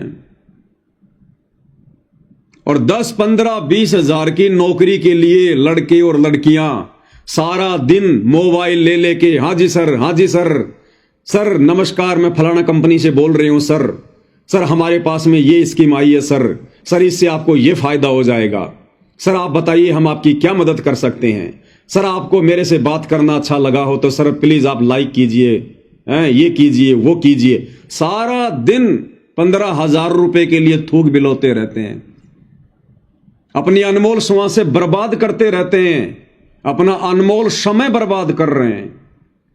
अरे जब वो सारा दिन 15,000 रुपए के चक्कर में अपना जीवन बर्बाद करने में लगे हुए हैं, दूसरी उनके पास में कोई बात नहीं है, सीधे मुंह बेचारे उन कॉल सेंटर वालों से कोई बात नहीं करता है। कई तो गुस्से गुस्से में गालियां भी निकाल देते हैं, बेचारे गालियां भी सहन कर रहे हैं। तो भाई फिर वर्तमान युग परिवर्तन के समय में परमेश्वर कल की भगवान ने, सतगुरु रामपाल जी ने हमें जो ड्यूटी दी है, भाई फिर हम अपनी ड्यूटी क्यों ना निभाएं? फिर चाहे कोई हमें गालियां निकाले, चाहे कोई उल्टे कमेंट करे, चाहे कोई सीधे मुंह बात ना करे, लेकिन हमने तो अपनी ड्यूटी निभानी पड़ेगी। जैसे 15,000 रुपए की नौकरी के लिए वो लड़की सारा दिन कॉल सेंटर पर अपनी ड्यूटी निभाती है। तो ये बातें जो इस प्रकार के लोग कमेंट्स करते हैं, उनकी अभी बुद्धि से बाहर की बात है। अभी आप लोग बालक हो, बच्चे हो, उम्र से कोई समझदार नहीं होता। ज्ञान से आदमी बूढ़ा होता है, बड़ा होता है, समझदार होता है, उम्र से नहीं होता। तो ये बातें अभी आप लोगों की बुद्धि से बाहर की हैं, आप नहीं समझ पाओगे। यह आपको आने वाले 2-3 वर्षों के बाद में समझ में आएगी। तो कहने का मतलब भाई और बहनों, गुरुदेव भगवान जो कह रहे हैं कि यदि ये मिशन परमात्मा का सही प्रकार से चल गया और अगर आप आत्माओं का सहयोग रहा, यानी हमारे पिताजी ने हमारे से सहयोग की उम्मीद की थी कि मेरे ज्ञान को समझने के बाद, भक्ति मार्ग को समझने के बाद, जब मेरे बच्चे भक्ति मार्ग पर युवा होंगे ज्ञान से, उस समय ये मेरा सहयोग देंगे। और आज सहयोग की बजाय हम क्या कर रहे हैं भाई और बहनों? 2014 के बाद जो जो भक्ति विरुद्ध कर्म शतलोक आश्रमों से जुड़े हुए भाई बहनों ने किए हैं, ये किसी से छुपे हुए नहीं है। तो ये सहयोग में नहीं आता, ये परमेश्वर के विरोध में आता है, विरोध में। तो क्या कह रहे हैं गुरुदेव भगवान? हमने बहुत गहनता से भाई और बहनों विचार करना पड़ेगा परमेश्वर के एक एक वचन के ऊपर, तब हम सफल होंगे इस भक्ति मार्ग पर। अब तो हो सकता है कम कदर करेंगे, लेकिन जब हम यहां से चले जाओगे, जब यह दुनिया याद करा करेगी, हमारे तो उजड़े घर बस के, और आने वाली पीढ़ी भी याद करा करेंगी कि ये व्यवस्था हमारे घर में ओए होए होए। तो ये इतना बहुत ही लाभदायक और उत्तम मिशन है। अगर ये ठीक ढंग से चल गया, बंदी छोड़ की कृपा रही और आप लोगों का सहयोग रहा, तो आप देखना। और एक व्यवस्था और करेंगे अभी थोड़े से दिनों के बाद के बच्चों की शादी भी सबको प्रार्थना भी करके, कम से कम अपने सत्संगियों से तो हम कर ही सकते हैं कि कोई भी ऐसी व्यवस्था नहीं करनी है जो कि ज्यादा दहेज की हो। कोशिश यहां तक करेंगे कि अपने लड़के और लड़की का विवाह एक ही स्थान पर बंदी छोड़ की वाणी का पाठ करवा के और माला घाल के बच्चों का संयोग मिला दिया जाए। आधे से ज्यादा दुख दूर हो जाएगा हमारा। 90% दुख हमारा हमने ये मान रखा कि आज लाखों रुपया में भी लड़की पढ़ाई नहीं कर पाते, और हो जा तो फिर उसकी नो चिंता रहे, कदे मार ना दे, कदे नो ना हो जा। हम चाहते हैं धन ज्यादा क्यों देते हैं अपनी लड़की को? मजबूरी होगी, इस समाज में ऐसी कुरीति उत्पन्न होगी। किस प्रकार कि जैसे अपनी लड़की ब्याह से, तो लड़की पहले भी ब्याह रखी उनके घर में, तो जेठानी और दरानी भी हो सकती है। तो हमने नो चिंता रह से कदे हम थोड़ा देवा अपनी बेटी ने, और आगे इसका मन ना टूट जाए, इसका ताने ना मारे। तो नो सोचांगे कम से कम वो जो बहू ले जा रही से दूसरी, उतनी जरूर अपनी बेटी ने देवा। एक मनमाना अच्छे बड़े साहूकार ने ब्याह रखी उस घर में, तो उतना गरीब क्यों कर दे सके? इतना दे नहीं सकता। फिर उसकी बेटी, उसकी लड़की हमेशा ताने सुनती रहती है, कभी सास के मुंह पे, कभी पड़ोसन के मुंह पे, कभी उसके मुंह पे। तो इस प्रकार हम इस बुराई को दूर करने की भी कोशिश करेंगे। सतगुरु की कृपा रही, आप लोगों का सहयोग रहा। इसमें कुछ बहुत ही आसान काम हो जाएगा, आधी मेहनत में काम चलेगा। वो पैसा आप जोड़ते हो उसको धर्म पर लाइयो 10%, बाकी अपना आराम से कमाइयो और भक्ति करते रहियो। 90% चिंता आपकी। कबीर कुल करनी के कारण ये हंसा गया बिगो, तब कुल का को लाज है जब 4 पांव का हो। तो परमेश्वर गुरुदेव भगवान बार बार हमसे सहयोग की उम्मीद जता रहे हैं। यदि आप आत्माओं का सहयोग रहा तो, आप आत्माओं का सहयोग रहा तो। रमेणी के विषय में गुरुदेव भगवान चर्चा कर रहे हैं कि हम अपने सत्संगियों से तो प्रार्थना कर ही सकते हैं कि कोई भी ऐसी व्यवस्था नहीं होनी चाहिए जो ज्यादा दहेज की हो, फालतू के दिखावे की हो, आडंबर और पाखंड की हो। लेकिन इन सतलोक आश्रम वालों ने गुरुदेव भगवान के हिसार जेल जाते ही 2014 बरवाला कांड के बाद जगह जगह आश्रम खोलकर उस रमेणी जैसी पवित्र रस्म को भी इन्होंने रामायण बना दिया। रामायण। दास ने आपको ऐसे ऐसे वीडियो दिखाए हैं इन आश्रमों में होने वाली रमेणियों के, शादियों के। जगत वाली लड़कियां भी शर्मा जाएं। इतना हार श्रृंगार, इतना मेकअप, इतना गहना, इतने चटकीले भड़कीले कपड़े इन आश्रमों में बैठकर रमेणियों के समय में। तो ये कहां गुरुदेव भगवान का सहयोग कर रहे हैं? ये तो दोनों तरफ से पैसा लेते हैं, पैसा। एक एक पाठ 25,000 रुपए लड़की वाले से और 25,000 रुपए लड़के वाले से। बस इनको तो दोनों तरफ से दक्षिणा चाहिए। ये कहां दहेज को खत्म करेंगे? दहेज तो सबसे पहले ये ले लेते हैं। और उस 25,000 रुपए के चक्कर में फिर इनकी जुबान बंद हो जाती है। चाहे वो कैसे कपड़े पहनो, कितना ही गहना पहनो, कितना ही मेकअप करो, फिर इनकी आंखें बंद हो जाती है, जुबान के ताला लग जाता है कि अगर यदि हमने अब कुछ ज्यादा बोला तो ये अपने पाठ के पैसे वापस ले लेंगे और रमेणी तो फिर कहीं भी कर लेंगे। गुरुदेव ने कह रखा है आश्रम में करना कोई जरूरी थोड़ी होता है कि आश्रम में करेंगे तो ही रमेणी सक्सेस होगी। उल्टा वर्तमान में इन सतलोक आश्रमों में जो रमेणियां हो रही हैं उनमें से 70% शादियां टूट रही हैं, रमेणियां टूट रही हैं। लड़कियों को छोड़ा जा रहा है, बच्चे पैदा कर करके लड़कियों को छोड़ा जा रहा है। तो इनको डर है इस बात का कि यदि हमने अब कुछ बोल दिया तो ये 50,000 रुपए भी जाएंगे और ये रमेणी अपने घर पे कर लेंगे। क्योंकि गुरुजी ने कह रखा है कि भाई वचन से बेटा बेटी पराये होते हैं। चाहे लड़की के घर पे चाहे लड़के के घर पर सिंपल तरीके से परमात्मा की दोपहर की आरती चलाकर दोनों बच्चों को बैठा दो, हो गए वचन से एक दूसरे के। ना कुछ लेना ना कुछ देना, सिंपल कपड़ों में। जैसा लड़की प्रतिदिन घर पर कपड़े पहनती है उन्हीं कपड़ों में लड़की रमेणी में बैठ जाए, लड़का भी रमेणी में बैठ जाए। सांसारिक लोगों की तरह सफारी सूट सिलाने की जरूरत नहीं है। दुल्हन का जो जोड़ा आता है वो जोड़ा पहनकर रमेणी में बैठने की जरूरत नहीं है।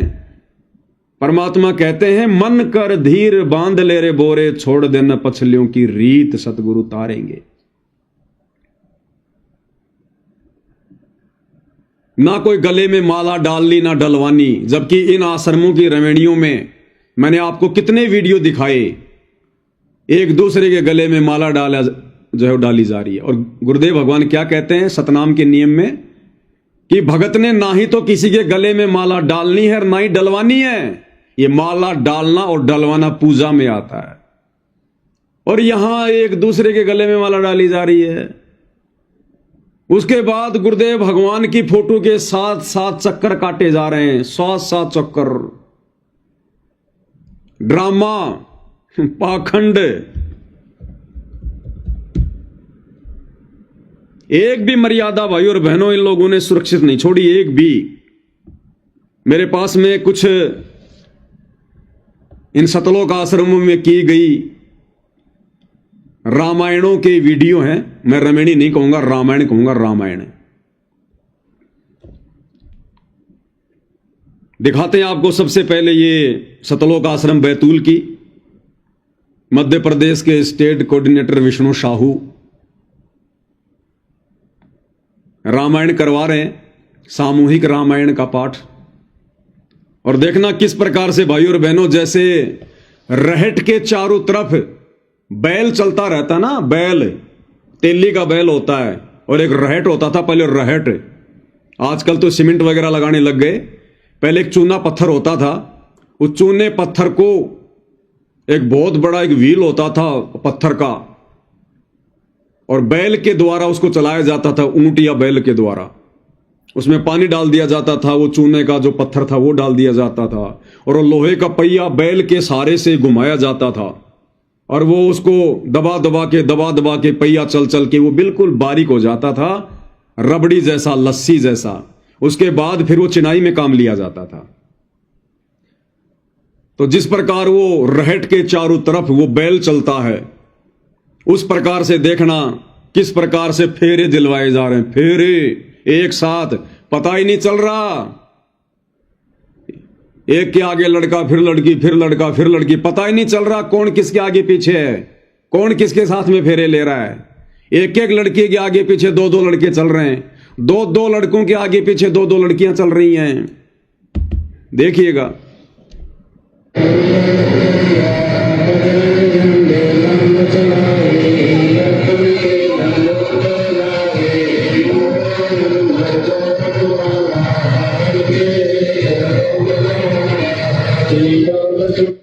अब ये रमेणी हो रही है।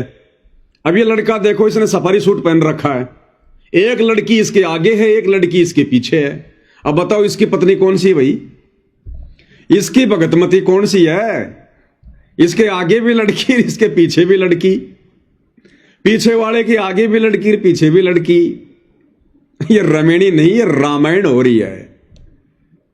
ये लोग इन परंपराओं को छोड़ नहीं रहे। सांसारिक तौर पर 7 फेरे क्यों दिलवाए जाते हैं? इसलिए कि अब मैं इस लड़की का या इस लड़के का 7 जन्मों तक पीछा नहीं छोड़ूंगी। अरे नालायको, सतलोक जाना कि नहीं जाना, या फिर 7 जन्म तक अपनी यही रीति निभाओगे? 7 जन्मों तक तो काल ने बांध दिया इनको, ये संकल्प ले रहे हैं। अन्यथा कबीर परमात्मा के भक्ति मार्ग में फेरे लगाने की प्रक्रिया नहीं है। ये तो सामाजिक परंपरा है, काल की परंपरा है।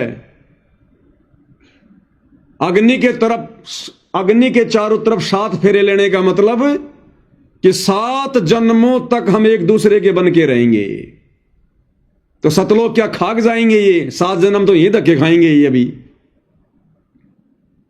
तो ये रमेणी नहीं, ये रामायण हो गई, रामायण। इसलिए ये शादियां सक्सेस नहीं हो रही हैं।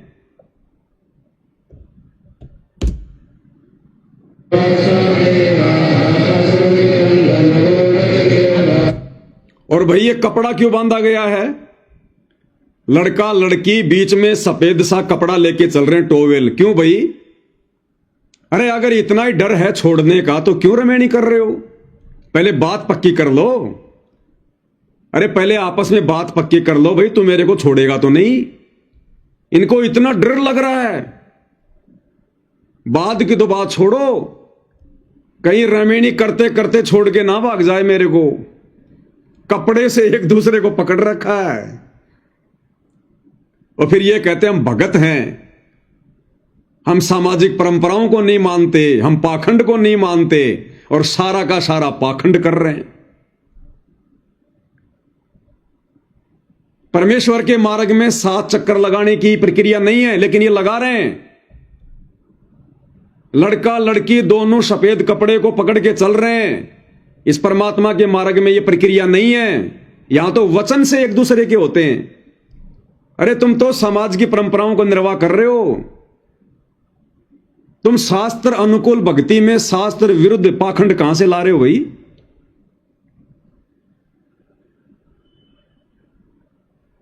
अरहट के बैल कितना चक्कर काट रहे हैं, बैल कितना चक्कर काट रहे हैं।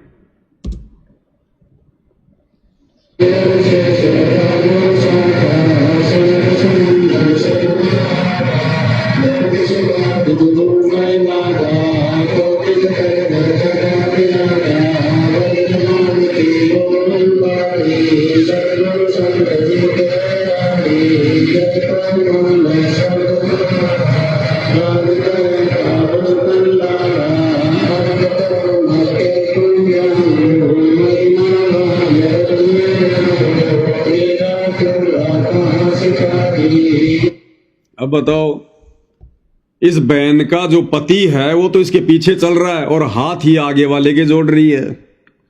इसका पति तो इसके पीछे और हाथ जोड़ रही है आगे वाले के। तो तुम्हारा पतिव्रता धर्म तो यही खंड हो गया। इसलिए भाई और बहनों, दास इन रमणियों को रामायण कहता है, रामायण। और सुनाता हूं आपको, देखो स्पेशल रिकॉर्डिंग। इन आश्रमों में भक्ति नहीं होती है, भक्ति तो केवल एक दिखावा है, केवल एक दिखावा।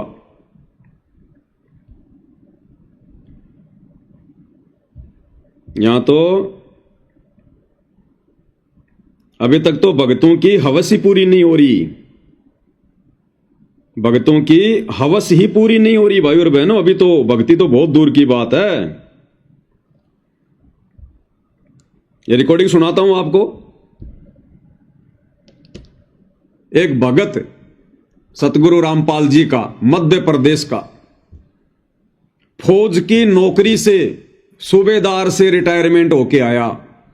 सूबेदार से जब आदमी रिटायरमेंट होके आता है तो उसकी सफेद मूंछ हो जाती है, सफेद, यानी वो तकरीबन 50 साल से ऊपर का हो जाता है,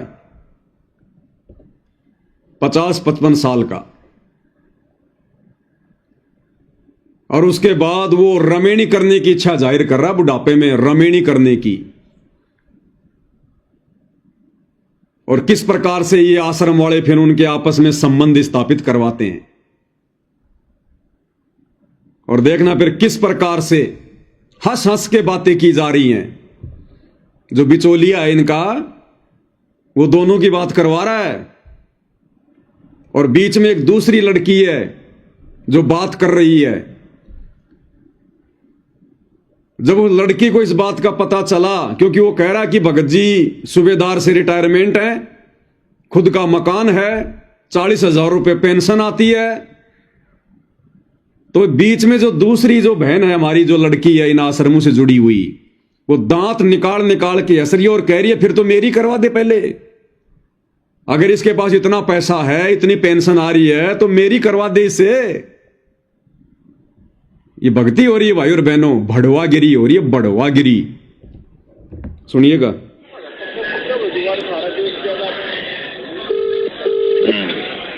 हेलो, गया भाई। हाँ जी ससाइब जी। ससाइब जी। हाँ बहन जी, वो फोटो सेंड कर दिया आपके व्हाट्सएप पे, देख लियो एक बार। देख लो, ठीक है ना। ठीक है ना। वो बहन क्या करिए बुड्ढे की, वो कह रहा बहन जी वो फोटो सेंड कर दिया आपके व्हाट्सएप पर दूल्हे की, देख लेना। तो वो दूसरी बहन जो बीच में है वो क्या कह रही है, बुड्ढे की।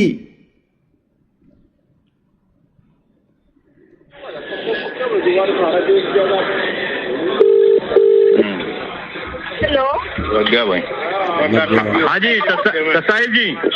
ससाइब जी। हाँ बहन जी, वो फोटो सेंड कर दिया आपके व्हाट्सएप पे, देख लियो एक बार। ठीक है ना। ठीक है ना भगत जी। ठीक है। हाँ ठीक है। ये भगत जी से बात करोगे क्या?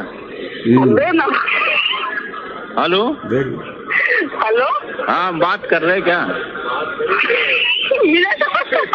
एक मिनट थोड़ी आओ। ये भड़वागिरी हो रही है। हेलो। हेलो। हाँ जी ससाइब जी। ससाइब जी, ये बात कर लो थोड़ा, लो।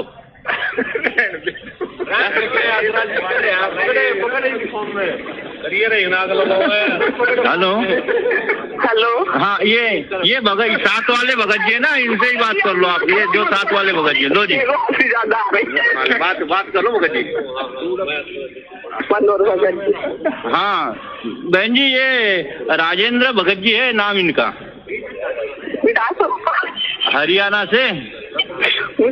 हाँ ये रिटायर्ड है, सूबेदार की पोस्ट से। हाँ अभी 45,000 इनकी पेंशन है। अरे बाप रे, 45,000। ठीक है। तो और गांव में रहते हैं कोठी। वो बहन जी कह रही है कि मेरी करवा दे, 45,000 रुपए पेंशन आ रही है, तो वो दांत निकाल निकाल के कह रही है कि मेरी करवा दे। और आपस में कहते हैं हम गुरु भाई बहन है, और बढ़ुओं की तरह बात कर रहे, बढ़ुओं की तरह, दांत निकाल निकाल के। ये परमात्मा के मिशन में सहयोग दे रहे हैं क्या? ये सत्संग सुनने जाते हैं या इस प्रकार की बातें करने जाते हैं? ये विषय वासना के अड्डे बन चुके हैं। सतलोक आश्रम विषय वासनाओं के अड्डे, काल के अड्डे। वो क्या कह रही है? बाप रे बाप, 45,000 फिर तो मेरी करवा दे।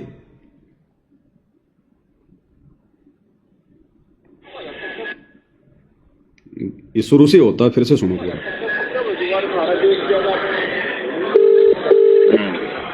विचार कर लेना भाई। क्या भाई? हाँ जी ससाई जी। ससाई जी। हाँ बहन जी, वो फोटो सेंड कर दिया आपके व्हाट्सएप पे, देख लियो एक बार। देखिए, ठीक है ना? ठीक है ना भगत जी? ठीक है,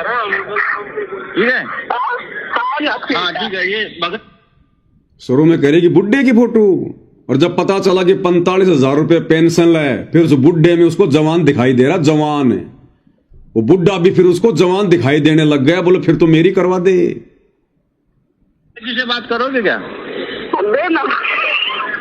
हेलो हेलो, हाँ बात कर रहे क्या? मेरा तो बस एक मिनट थोड़ी आओ। बात करी में जो ना है यस या नो।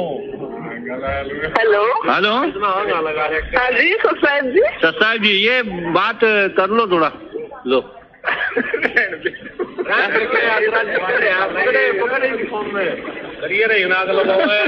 Hello hello. हाँ ये भगत साथ वाले भगत जी है ना, इनसे ही बात कर लो आप। ये जो साथ वाले भगत जी, लो जी ज्यादा आ रही।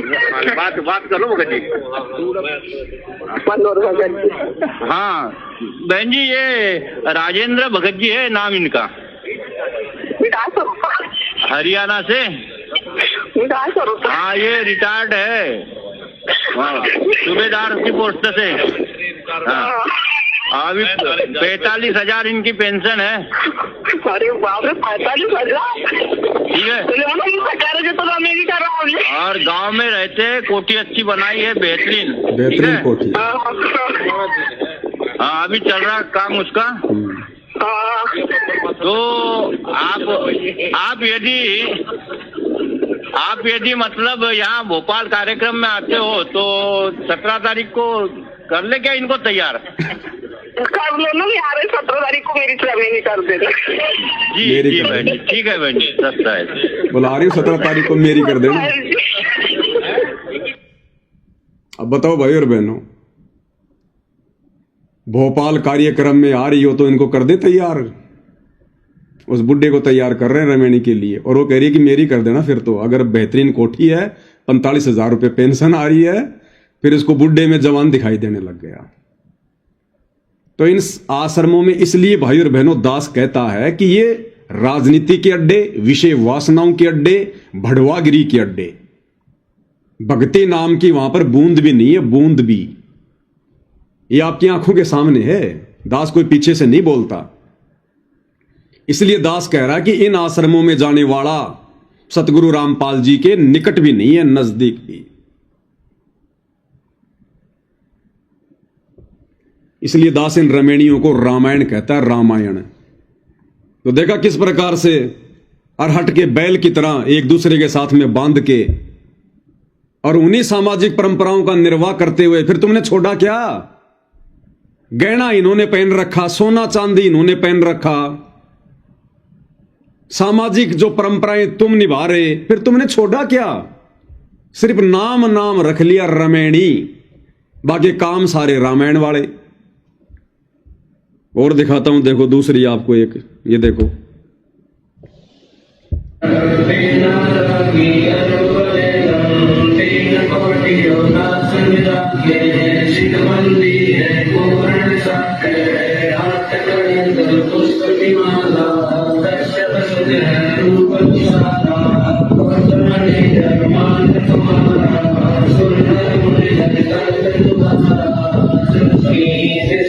अब बताओ,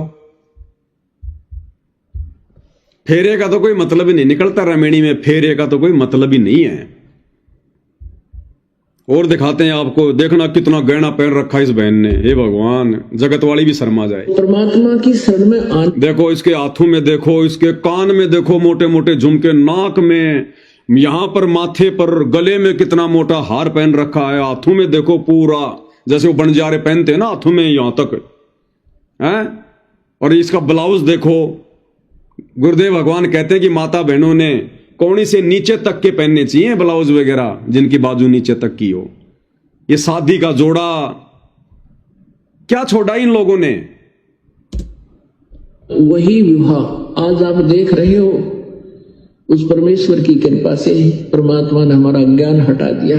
यहाँ पर बच्चों का विवाह करा दिया जाता है और 5-7 भगत उनके रिश्तेदार आते हैं, घर वाले। और गुरु जी तो कहते हैं कि 5-7 भगत उनके घर वाले, और यहां तो पूरा का पूरा ये बारात बैठा रखी है, बारात पूरी की पूरी, कम से कम 100 आदमियों से कम नहीं है। तो गुरु जी सत्संग में क्या कह रहे हैं और ये लोग क्या कर रहे हैं, तो मिशन में सहयोग कहां दे रहे हैं। आश्रम में उनका 10 रुपए खर्च नहीं होता। सिंपल रोटी जो रोज हम बनाते हैं वही खाएंगे। सिंपल रोटी जो रोज हम बनाते हैं वही खाएंगे। अब इन आश्रमों में सिंपल रोटी है क्या? लड्डू, जलेबी, बर्फी, ये सिंपल रोटी में आता है। ये कहां मर्यादा है, कहां तुम्हारी रमणी सफल होगी। गुरुदेव ने एक सत्संग में बताया कि बच्चों, रमणी के दिन तो आपने जानबूझ के भी कोई मिठाई नहीं बनानी है। ज्यादा से ज्यादा खीर बना लो परमात्मा के भोग के लिए। हलवे का तो लगता ही है, थोड़ी सी खीर बना लो, और सब्जी पूड़ी या रोटी सब्जी, बिल्कुल सिंपल खाना। उस दिन तो जानबूझ के कुछ नहीं बनाना चाहिए, वरना फिर यह परंपरा पड़ जाती है। और क्या करे परमात्मा? 5-7 भगत, घर वाले, परिवार वाले, बस, इससे ज्यादा नहीं। क्या कह रहे हैं ध्यान से सुन लो। और 5-7 भगत उनके रिश्तेदार आते हैं, घर वाले। और यहाँ आश्रम में उनका 10 रुपए खर्च नहीं होता। सिंपल रोटी जो रोज हम बनाते हैं वही खाएंगे। ये ड्रामाबाजी हमने नहीं करनी। बच्चों का सहयोग परमात्मा जोड़ता है। हमारी देखो ये बारात बैठी है पूरी, ये 5-7 भगत हैं क्या? अरे 100 से कम नहीं है, 100 से कम। ऐसे गुरुदेव की मर्यादा तोड़ी जा रही है। फिर कहां तुम वचन निभा रहे हो भाई? सिर्फ नाम नाम के भगत हैं, नाम नाम के। रमणी केवल नाम की रह गई। अरे परमात्मा इस बारात को ही तो समाप्त करना चाहते हैं। ये फालतू का दहेज, दिखावा। अब जिसने अपनी बेटी को इतना सोना पहन के, इतनी चांदी पहना के, इतने गहने पहना के रमणी में बैठा रखा है, वो 2 दिन बाद में दहेज नहीं देगा क्या? वो दहेज का ट्रक नहीं भेजेगा क्या? और इतना सोना अपनी बेटी को देकर बैठाना, ये भी तो दहेज ही है। और गुरुजी कहते हैं 5-7 व्यक्ति, और यहां तो सैकड़ों की संख्या में बैठे हैं। ये तो अंदर का दृश्य है, बाहर तो हो रहे हैं। इसलिए रमणी नहीं, रामायण है। अभी 90% भगत भगत की श्रेणी में नहीं है, सतगुरु के शिष्य कहलाने के लायक नहीं है। केवल नाम नाम के भगत हैं, नाम नाम के। उनके कर्म जगत से भी ज्यादा बिगड़े हुए हैं। से विवाह नहीं होता। भाई साहब ने स्पेशल देखो सूट सिला रखा है। और गुरुजी कहते हैं जैसे कपड़े हम प्रतिदिन पहनते हैं वही कपड़े पहनो। अगर गुरु को खुश करना है तो, अगर समाज को खुश करना है तो फिर ताए तुम जो मर्जी करो भाई, फिर तो हाथी पे बैठ के जाओ चाहे। एक और दिखाता हूं आपको, देखना इस बहन का मेकअप कैसे चमक रहा है। इसका चेहरा देखना, गाल वगैरह, वो टिमकियां ऐसी चमक रही है वो मेकअप वाली, वो सितारे से। दर्शकों को बताइए कि आपने जो दहेज मुक्त विवाह करने का फैसला लिया है, ये क्यों लिया है? जो अभी आप देख रहे हो विवाह हुआ है हमारा, हम लोगों ने 1 भी रुपए का लेन देन नहीं किया हमारे मम्मी पापा ने, ठीक है। और हम लोग बहुत खुश भी हैं इस शादी से कि हमारी खुश हो रही है। जैसे कि लोगों के आडंबर होते हैं जगत में, शादियां करते हैं, दहेज देना, फिर उसके बाद भी लड़कियां सेफ नहीं होती हैं। तो हम संत रामपाल जी महाराज जी ने जो एक बीड़ा उठाया है ना, कि मतलब समाज सुधार करने का, तो उसमें हम लोग उनके अनुयायी हैं, हम लोग उसमें पूरा सहयोग दे रहे हैं। आप खुश हैं इस विवाह से? बहुत ज्यादा खुशी, क्योंकि इसमें सारी टेंशन ही खत्म कर दी परमात्मा ने। टेंशन होती है, एक पिता होता है, समझ लो। और चेहरे पे वो टिमकियां चमक रही, वो मेकअप वाले, वो दाने दाने दाने दाने से। और ये स्पेशल जोड़ा पहन रखा इसने शादी का। स्पेशल शादी का जोड़ा, इसको पूछो क्या तू प्रतिदिन यही कपड़े पहनती है क्या? क्या शादी से पहले भी तू रोजाना यही कपड़े पहनती थी क्या? बोलेगी नहीं। तो फिर आज क्यों पहना तूने? गुरुजी तो मना करते हैं कि प्रतिदिन जो कपड़े पहनते वही पहनो। नाक में सोना पहन रखा है। भैया जहर का चाहे एक बूंद खा लो चाहे बोतल पी लो, जहर जहर ही होता है, वही काम करेगा। तो मर्यादा चाहे इतनी सी तोड़ दो चाहे ढेर सारी तोड़ दो, बात एक ही है। तो कहां सतगुरु की मर्यादा निभाई जा रही है भाई और बहनों? रमेणी तो केवल नाम रह गया रमेणी का, बाकी सब आडंबर, पाखंड, दिखावा।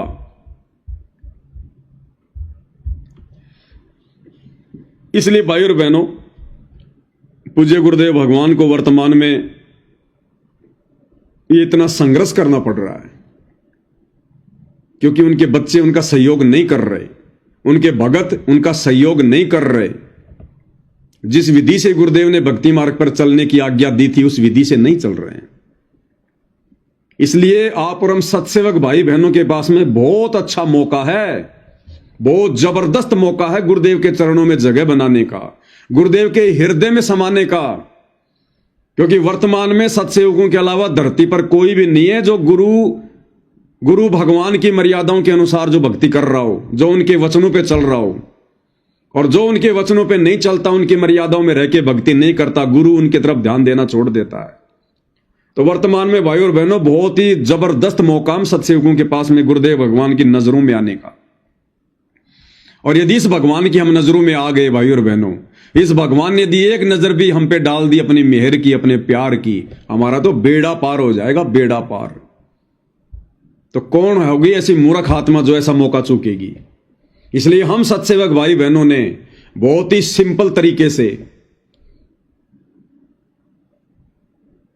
रमेणी होनी है, परमात्मा ने संस्कार जोड़ दिया तो होगी। वैसे तो दास इसके ऊपर बहुत सारे वीडियो बना चुका है, वैसे तो अपना सत्यानाश करवाना है, अपने जीवन का बेड़ा गर्क करवाना है, रमेणी करवाना। अगर ज्ञान समझ में आ गया है तो अपना बेड़ा गर्क करवाना है। अरे काल को इसीलिए तो परमात्मा ने सतलोक से धक्के मारे थे। अगर वो ये कर्म करने की ना सोचता दुर्गा के साथ में, तो 21 ब्रह्मांड लेकर वहीं राज करता सतलोक में, वहीं पर परमात्मा बाहर नहीं निकालते। लेकिन ये विषय वासना, शारीरिक संबंध, इसके चक्कर में पड़कर तो उसने अपनी ऐसी तैसी करवा ली, और साथ में आप और हमने करवा ली। इस कर्म को तो गुरुदेव ने सबसे गंदा कर्म बताया, सबसे गंदा। तो ये तो भगत के भक्ति मार्ग में सबसे बाधक है, सबसे बड़ी बाधा है। ये ज्ञान होने के बाद, ये भक्ति समझ में आने के बाद हम फिर उसी दिशा में बढ़ रहे हैं। फर्क इतना है, उन्होंने जबरदस्ती करी, हम प्यार प्रेम से कर रहे हैं। फर्क इतना ही है। अरे जहर को चाहे जबरदस्ती खा लो चाहे प्यार प्रेम से खा लो, वो जहर तो वही करेगा जो उसका गुण है। और मालिक कह रहे हैं कि आग पराई अपनी हाथ दिए जल जाए, और नारी पराई अपनी भोगे सब कुछ जाए।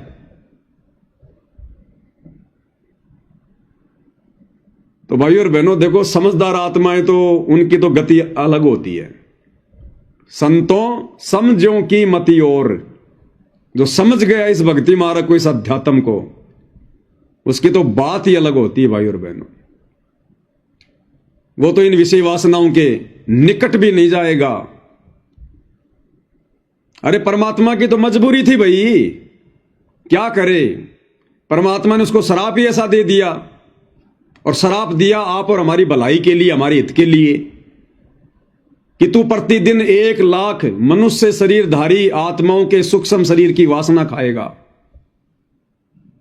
तो उसकी मजबूरी हो गई ये मनुष्य शरीर देना। और परमात्मा ने यह दया आप और हमारे ऊपर इसलिए बख्शी क्योंकि मनुष्य शरीर में ही हम ज्ञान समझ सकते हैं, भक्ति कर सकते हैं। तो हम परमेश्वर की सृष्टि रचना को अच्छे से समझकर भक्ति मार्ग के फैसले लें, निर्णय लें। परमात्मा ने तो भक्ति के लिए मनुष्य जन्म दिया, भक्ति के लिए, क्योंकि उसको भूख लगेगी तो उसकी मजबूरी हो जाएगी मनुष्य को पैदा करना, और मनुष्य जन्म मिल गया तो आज हम सत्संग सुन पा रहे हैं, भक्ति कर पा रहे हैं। अन्य योनियों में भक्ति नहीं होती। अब सृष्टि रचना फिर गुरु जी ने क्यों सुनाई कि ये मनुष्य जन्म परमात्मा ने काल को शराप देके भक्ति करवाने के लिए दिया है, नहीं तो मनुष्य जन्म भी नहीं देता। 84 लाख बना रखी हैं, एक 4 पैर का जानवर और बना देता, उसने मनुष्य बनाने की क्या जरूरत थी। लेकिन उसकी मजबूरी हो गई, भोजन बिना वो कैसे जीवित रहेगा। तो ये मनुष्य जन्म परमात्मा ने आप और हमसे भक्ति करवाने के लिए इस काल के माध्यम से दिलवाया है। अब गुरु जी सारी बातें थोड़ी कहेंगे कि बच्चों तुम रमेणी करना छोड़ दो, परमात्मा तो नहीं कहेंगे भैया ये काल का भोजन है और ये भोजन रोजाना 1 लाख खाने का आदेश भगवान ने दिया है, तो परमात्मा कैसे अपने बच्चे के भोजन को बंद करवाएगा। अपने मुंह से तो कहेगा नहीं कि तुम रमेणी मत करो, लेकिन सत्संग में परमात्मा ने सब कुछ क्लियर कर दिया कि इसी कर्म के चलते तो मैंने उसको सतलोक से धक्के निकाले थे, और इतना ज्ञान लेने के बाद तुम वही कर्म कर रहे हो, आपस में शादियां करके रमेणियां करके, तो तुम सतलोक में जाओगे कैसे। तुम तो और धक्के खाने की दिशा में आगे बढ़ रहे हो, तुम तो और धक्के खाने की दिशा में आगे बढ़ रहे हो।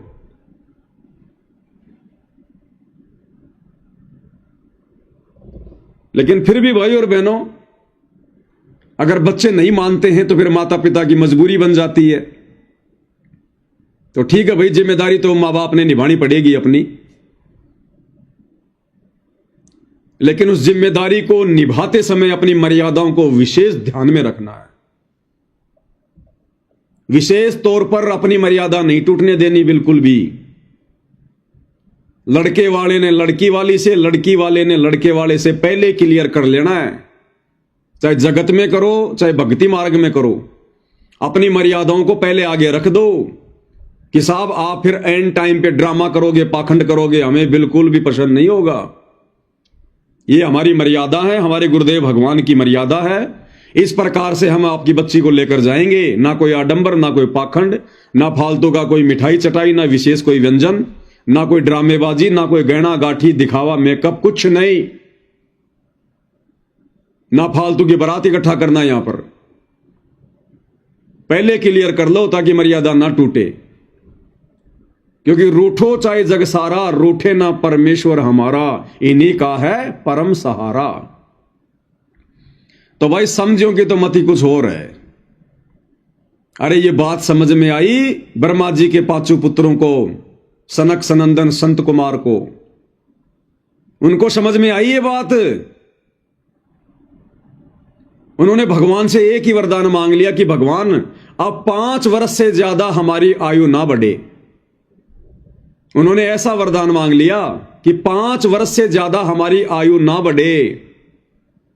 अगर इससे ज्यादा हमारी आयु बढ़ेगी तो हमारे अंदर विषय विकार पैदा होंगे, और यदि विषय विकार पैदा हुए तो फिर हम भक्ति नहीं कर पाएंगे। तो उनको समझ में आई, लेकिन उनको वो मार्ग नहीं मिला जो मार्ग परमात्मा ने आप और हमारे को दे दिया, और हमें मार्ग मिल गया तो ये बात समझ में नहीं आ रही। इसी विषय वासना से दुखी होकर, परेशान होकर, तंग होकर, और शंकर जी ने 88,000 वर्ष तक तपस्या करी। इतना घोर तप किया 88,000 वर्ष तक कि मैं काम वासना से मुक्ति प्राप्त कर लूं। तो भाई और बहनों समझो कि तो मती कुछ और है। ये तो अपने पैरों में बेड़ियां डालना, बेड़ियां बेड़ियां, और हम लोग खुश होके कर रहे हैं, खुश होके। फिर हम क्या भक्ति कर रहे हैं, मटके में तो छेद कर लिया हमने। एक तरफ तो मटके में पानी डाल रहे हैं और फिर खुशी खुशी मटके में नीचे छेद कर रहे हैं। तो बताओ हमसे बड़ा कोई मूर्ख होगा? उस आदमी से बढ़कर कोई मूर्ख है? जेठ का महीना, खेत में काम करने गया, आसपास में पानी का कोई जुगाड़ नहीं, घर से मटका भर के लेके गया और वहां जाकर उस मटके में नीचे से छेद कर दिया। आप क्या कहोगे उस आदमी को? तो एक तरफ तो हम इस ब्रह्मा जी के ऋण को उतारने के लिए इसके ओम नाम की साधना कर रहे हैं कि इस काल ने हमारे ऊपर जन्मों जन्मों से हम जो ये विषय वासनाओं के चक्कर में पड़े हुए हैं, जिससे बहुत ज्यादा ऋण हमारे ऊपर इस ब्रह्मा जी का चढ़ा हुआ है, क्योंकि रजोगुण का देवता है। इसका वो ऋण उतारने के लिए हमने गुरुदेव भगवान से ब्रह्मा जी का ओम नाम का मंत्र लिया। एक तरफ तो हम दिन रात ब्रह्मा जी के ओम नाम की साधना कर रहे हैं कि मेरा कर्जा उतरे, मेरा कर्जा उतरे, मेरा कर्जा उतरे, और दूसरी तरफ रमेणी करके, शादी करके हम फिर से ब्रह्मा जी का कर्जा चढ़ा रहे हैं। तो बताओ हमारा कर्जा कैसे उतरेगा भाई और बहनों? कर्जा तो उसी समय उतरेगा कि खर्चा कम और कमाई ज्यादा, खर्चा कम कमाई ज्यादा। तो हालांकि दास इन बातों पर बहुत ज्यादा डिस्कस पहले कर चुका है। ज्यादा डिस्कस करते हैं तो बहुत सारे भाई बहन मेरे से नाराज हो जाते हैं बहुत सारे नाराज हो जाते हैं। लेकिन भैया देखो, सच तो सच ही है। हकीकत बताने के लिए तो भगवान ने ड्यूटी लगाई है।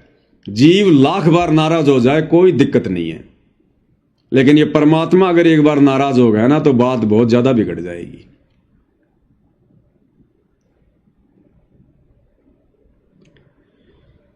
तो भाई और बहनों, ये अब अपने अपने बुद्धि विवेक पर, ज्ञान आधार के ऊपर निर्भर करता है। ये अब परमात्मा कहते हैं, कामिनी कनक जहर कर जाने वो शहर अगमपुर जावे। कामिनी औरत, कनक सोना, तो कामिनी कनक को तो जहर के समान मानना चाहिए। भगत ने जहर के समान, अगर ये पता हो कि इस सब्जी की कटोरी में एक टपका जहर का डला हुआ है, खाएगा कोई? उस कटोरी को भी जिंदगी में दोबारा काम में नहीं लेगा। धोखे भी, जिसको यह पता चल गया कि इसमें जहर का एक टपका किसी ने डाल दिया। कामिनी कनक जहर कर जाना है। और हम क्या कर रहे हैं? हम खुशी खुशी जहर पी रहे हैं, खुशी खुशी जहर पी रहे हैं।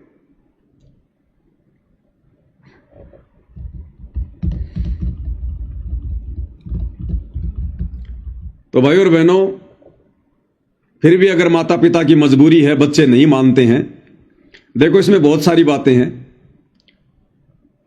सबके अपने अपने संस्कार होते हैं। माता पिता के संस्कार अलग हैं, बेटा बेटियों के संस्कार अलग हैं। हम बच्चों के ऊपर दबाव भी नहीं डाल सकते कि भाई तू रमेणी मत कर, तू शादी मत कर। भक्ति मार्ग में ये नहीं चलता। जब आपके बच्चे समझदार हो जाएं, शादी के लायक, रमेणी के लायक, आप अपने बच्चों से बात कर सकते हैं कि भाई देखो, गुरुजी के सत्संग तो भाई तुम भी सुन रहे हो, विधि विधान का तो तुम्हें भी पता है, और साथ संगति से जुड़ने के बाद तो नहीं पता है तो भी पता चल गया। अब तुम देख लो भाई तुमने क्या करना है। अगर बच्चों तुमने रमेणी करनी है, शादी करनी है, तो ठीक है भाई, हमारी जिम्मेदारी है। हम चर्चा करेंगे किसी भगत भाई से। अगर कोई बढ़िया लड़का लड़की मिल गई तो भाई तुम्हारे संस्कार परमात्मा ने जोड़ रखा तो भाई जुड़ जाएगा। हम तो इतना ही कर सकते हैं। लेकिन देख लेना बच्चों, फिर उस अनमोल चीज से दूर हो जाओगे, उस अनमोल वस्तु से दूर हो जाओगे। फिर इस परमेश्वर की शरण में आने के बाद ये तुम देख लो अब तुमने क्या करना है। ये 2, 4, 5 साल का तुमने झूठा सुख चाहिए या सदा सदा का सतलोक का सुख चाहिए, ये तुम देख लो अब। और बच्चे कहते हैं कि जी कोई बात नहीं, हम तो रमेणी करेंगे। तो भाई फिर जैसा भी है, परमात्मा से आज्ञा लेके, मालिक से प्रार्थना करके, दंडवत करके कि परमात्मा जहां भी संस्कार आपने जोड़ रखा, परमात्मा दया करो। फिर जैसा भी है, लेकिन रमेणी के समय फिर अपनी मर्यादाओं का विशेष ध्यान रखो, क्योंकि दबाव का मार्ग नहीं है। अपने बेटे से, अपनी बेटी से हमने पूछना बहुत जरूरी है। अगर वो सहमति दें तो हमने फिर रमेणी की बात करनी है। अगर वो कहते हैं कि जी हमने रमेणी नहीं करनी है, हमने तो मोक्ष प्राप्त करना है, हम कोई बच्चे पैदा करने की फैक्ट्री थोड़ी है, सारा जिंदगी काल की खुराक थोड़ी ना तैयार करते रहेंगे। असंख्य जन्म हो गए हमारे को ये कर्म करते हुए, गधे बने तो वहां हमने बच्चे पैदा किए, राजा बने तो ना जाने हजारों बच्चे हमने पैदा किए। आज उन बच्चों का पता नहीं वो कहां रहे, हम कहां पड़े हैं। हमने तो अपना आत्म कल्याण करवाना, अपना मोक्ष करवाना है। गुरुदेव भगवान ने सब कुछ बता दिया, सब कुछ समझा दिया, बाकी क्या रह गया। अब खुल के थोड़ी कहेंगे, तो हमने भी तो विचार करना है। तो बच्चे अगर इस प्रकार समझदारी की बातें करते हैं, चाहे बेटा हो चाहे बेटी हो, तो भाई और बहनों उस माता पिता को बड़ी खुशी होनी चाहिए, बड़ी खुशी होनी चाहिए कि उनके बेटा बेटी के समान धरती पर कोई पुण्य आत्मा नहीं है जो इस युवा अवस्था में इस प्रकार का फैसला अपने आत्म कल्याण के लिए ले रहे हैं। और रहो फिर माता पिता के घर में, वो लड़की कोई बोझ थोड़ी है। अरे वो लड़की, वो बेटी जो शादी नहीं करना चाहती, भक्ति करके अपना आत्म कल्याण जो है वो करवाना चाहती है, उसके जैसी पुण्य आत्मा तो धरती पर कोई नहीं होगी, धरती पर। और रहे अपने बाप के घर में, अरे लड़के की शादी करके लाओगे तब भी तो एक लड़की आएगी, वो भी तो घर में रहेगी। तो हमारे घर में भी तो हमारी लड़की है, हमारी बेटी है। अरे अपने लड़के की शादी करोगे तो घर में एक लड़की आएगी ना, वो भी तो रहेगी उस घर में। और वो बेटी जो आपके घर में रह रही है, जो शादी नहीं करना चाह रही, रहो अपने बाप के घर में। और आने वाला समय तो भाई और बहनों वैसा आने वाला 2028 के बाद, उन आत्माओं को, उन बेटे बेटियों को विशेष पुण्यकर्मी आत्माओं की दृष्टि से देखा जाएगा, विशेष परमेश्वर के हंसों की दृष्टि से। जो बेटा बेटी शादी नहीं किया करेंगे, केवल परमात्मा की भक्ति में अपना जीवन समर्पित कर देंगे। गरीबदास जी की 2 लड़कियां, दोनों ने मना कर दिया कि पिताजी हम शादी नहीं करेंगे, अपना आत्म कल्याण करवाएंगे। कमाली शादी नहीं करी, पिताजी आत्म कल्याण कराऊंगी। राबिया अपने माता पिता को मना कर दिया कि मैं शादी नहीं करवाऊंगी, अपना आत्म कल्याण कराऊंगी। मजबूरी में अंत में उसने शादी करनी पड़ी, लेकिन शादी करने के बाद अपने पति से कह दिया शारीरिक संबंध नहीं बनाऊंगी। अगर आप मेरे साथ भाई बहन का रिश्ता रखोगे तो ठीक है, नहीं तो मैं आत्महत्या कर लूंगी अगर जबरदस्ती करोगे तो जिन आत्माओं को इतना ज्ञान हुआ, उन आत्माओं को उस समय वो मार्ग नहीं मिला। और आज जिनको मार्ग मिल गया, वो अपनी बुद्धि विवेक का इस्तेमाल नहीं कर रहे। कैसी विडंबना है। और आने वाले समय में तो ऐसी आत्माओं को, ऐसे बेटा बेटियों को जो केवल भक्ति के लिए अपने जीवन को समर्पित कर देंगे, समाज में विशेष इज्जत की दृष्टि से देखे जाएंगे। अरे लड़के भी तो शादी नहीं करते, बहुत सारे लड़के शादी नहीं करते और अपने माता पिता के घर में रहते हैं। उनको समाज क्यों कुछ नहीं कहता। और बेटी कोई शादी नहीं करती है तो समाज उसको गंदी नजर से देखता है। तो अब यह समाज डिसमिस होने वाला है। ये गंदी नजर से देखने वाला समाज, छोटी सोच रखने वाला समाज, ज्ञानहीन समाज, ये युग परिवर्तन के समय में या तो सुधर जाएगा, अपनी नजर को सही कर लेगा, या परमात्मा इनकी नजरें बदल देगा। फिर गधे कुत्ते की नजरें लगेंगी इनको आने वाले समय में। और इस धरती पर 2028 के बाद केवल धर्मी आत्माएं, पुण्यकर्मी आत्मा रहेंगी। एक दूसरे को बहन की दृष्टि से देखेंगे, भाई की दृष्टि से देखेंगे। वो समय आने वाला है। इसलिए वर्तमान वाले थोड़ा सा बुद्धि विवेक का इस्तेमाल कर लो। परमात्मा कहते हैं ये आवन जान बखेड़ा या कौन बसावे खेड़ा, कि नालायको तुम्हारे गांव के गांव बस रहे हैं जो तुम पहले जो है पैदा करके आ गए। आज तो तुम मनुष्य योनि में, और क्या पता पिछले जन्म में तुम जो है गधे थे और तुमने कितने बच्चे पैदा कर रखे, वो किसी कुम्हार के नीचे तुम्हारे पोता पोती बेचारे वजन ढो रहे, वो तुम्हारे पैदा किए हुए। और ऐसे तुम वर्तमान में काल की खुराक पैदा करके मर जाओगे। तो भाई और बहनों, ये मनुष्य जन्म बच्चे पैदा करने की फैक्ट्री नहीं है। ये तो जब तक हमें ज्ञान नहीं होता तब तक हम इस काल के चक्कर में पड़कर इसकी खुराक तैयार करते रहते हैं। भगवान ने आकर अब ऐसा निर्मल ज्ञान दे दिया, लेकिन भाई अपने अपने बुद्धि विवेक पर है। गुरुदेव भगवान इस विषय पर ज्यादा जोर देकर नहीं कहेंगे। थोड़ा बहुत जोर परमात्मा ने दास से दिलवाना था, दास समय समय पर देता रहता है। कोई माने ना माने, ये उसके अपने संस्कार पर, अपने बुद्धि विवेक के ऊपर है। तो भाइयों और बहनों, बहुत सारी बातें जिन पर हम लोग साथ संगति के अभाव में दृढ़ता से विचार नहीं कर रहे थे, चिंतन मनन नहीं कर रहे थे, गुरुदेव के सत्संगों को जोर देकर सुनने और समझने का प्रयास नहीं कर रहे थे, इसलिए परमेश्वर ने 2014 बरवाला कांड के बाद हमारी बौद्धिक स्थिति को देखकर कि ये नालायक तो इस कान से सुनते हैं, इस कान से निकाल देते हैं, कोई चिंतन मनन ही नहीं कर रहा, कोई मेरे मिशन को ही नहीं समझ रहा, मेरे मकसद को नहीं समझ रहा। इसलिए परमात्मा ने फिर ये सात संगतियां शुरू करवाई, ताकि हम थोड़ा बुद्धि पर जोर देकर गुरुदेव के सत्संग सुने और विचार करें, और ये अनमोल समय जो वर्तमान में गुरुदेव ने हमारे ऊपर बख्शा हुआ है, हम इसका भरपूर फायदा उठाएं, अपना आत्म कल्याण करवा लें। अगर नहीं हुआ तो मनुष्य जन्म में तो हम क्या शारीरिक संबंध बनाएंगे, अगले जन्मों में ऐसे ऐसे जानवरों का, पक्षियों का जन्म मिलेगा जो दिन में कई बार शारीरिक संबंध बनाते हैं, कई बार। फिर यही करना बाद में, और करना क्या है, अगले मुंह से खाना और पिछले मुंह से निकालना। आज जानवर क्या करता है, सारा दिन घास खाता रहेगा, पीछे से गोबर करता रहेगा और विषय वासनाएं करता रहेगा, और काम क्या उसको, नौकरी उसको नहीं करनी, मकान उसको नहीं बनाना, बच्चों को उसने नहीं पढ़ाना, कपड़े की उसको चिंता नहीं, सोने की उसको चिंता नहीं, उसको चिंता क्या है, सिर्फ खाने की और विषय वासनाओं की। तो ये मनुष्य जन्म भाइयों और बहनों, परमात्मा ने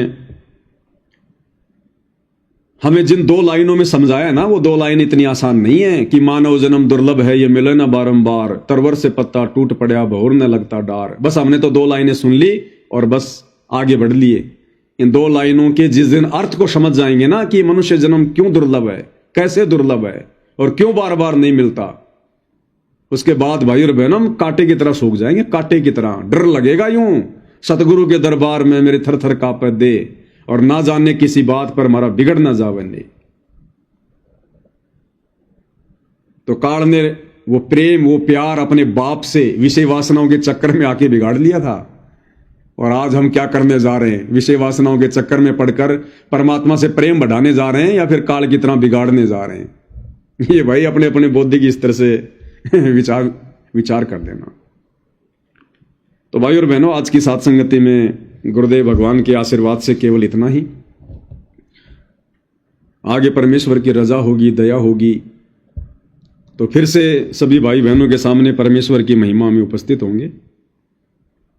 तब तक गुरुदेव भगवान हम सबको आज्ञा दे, आशीर्वाद दे, हमारा मार्गदर्शन करे, हमें सद्बुद्धि दे परमात्मा। बंदी छोड़ सतगुरु रामपाल जी परमेश्वर जी की जय हो।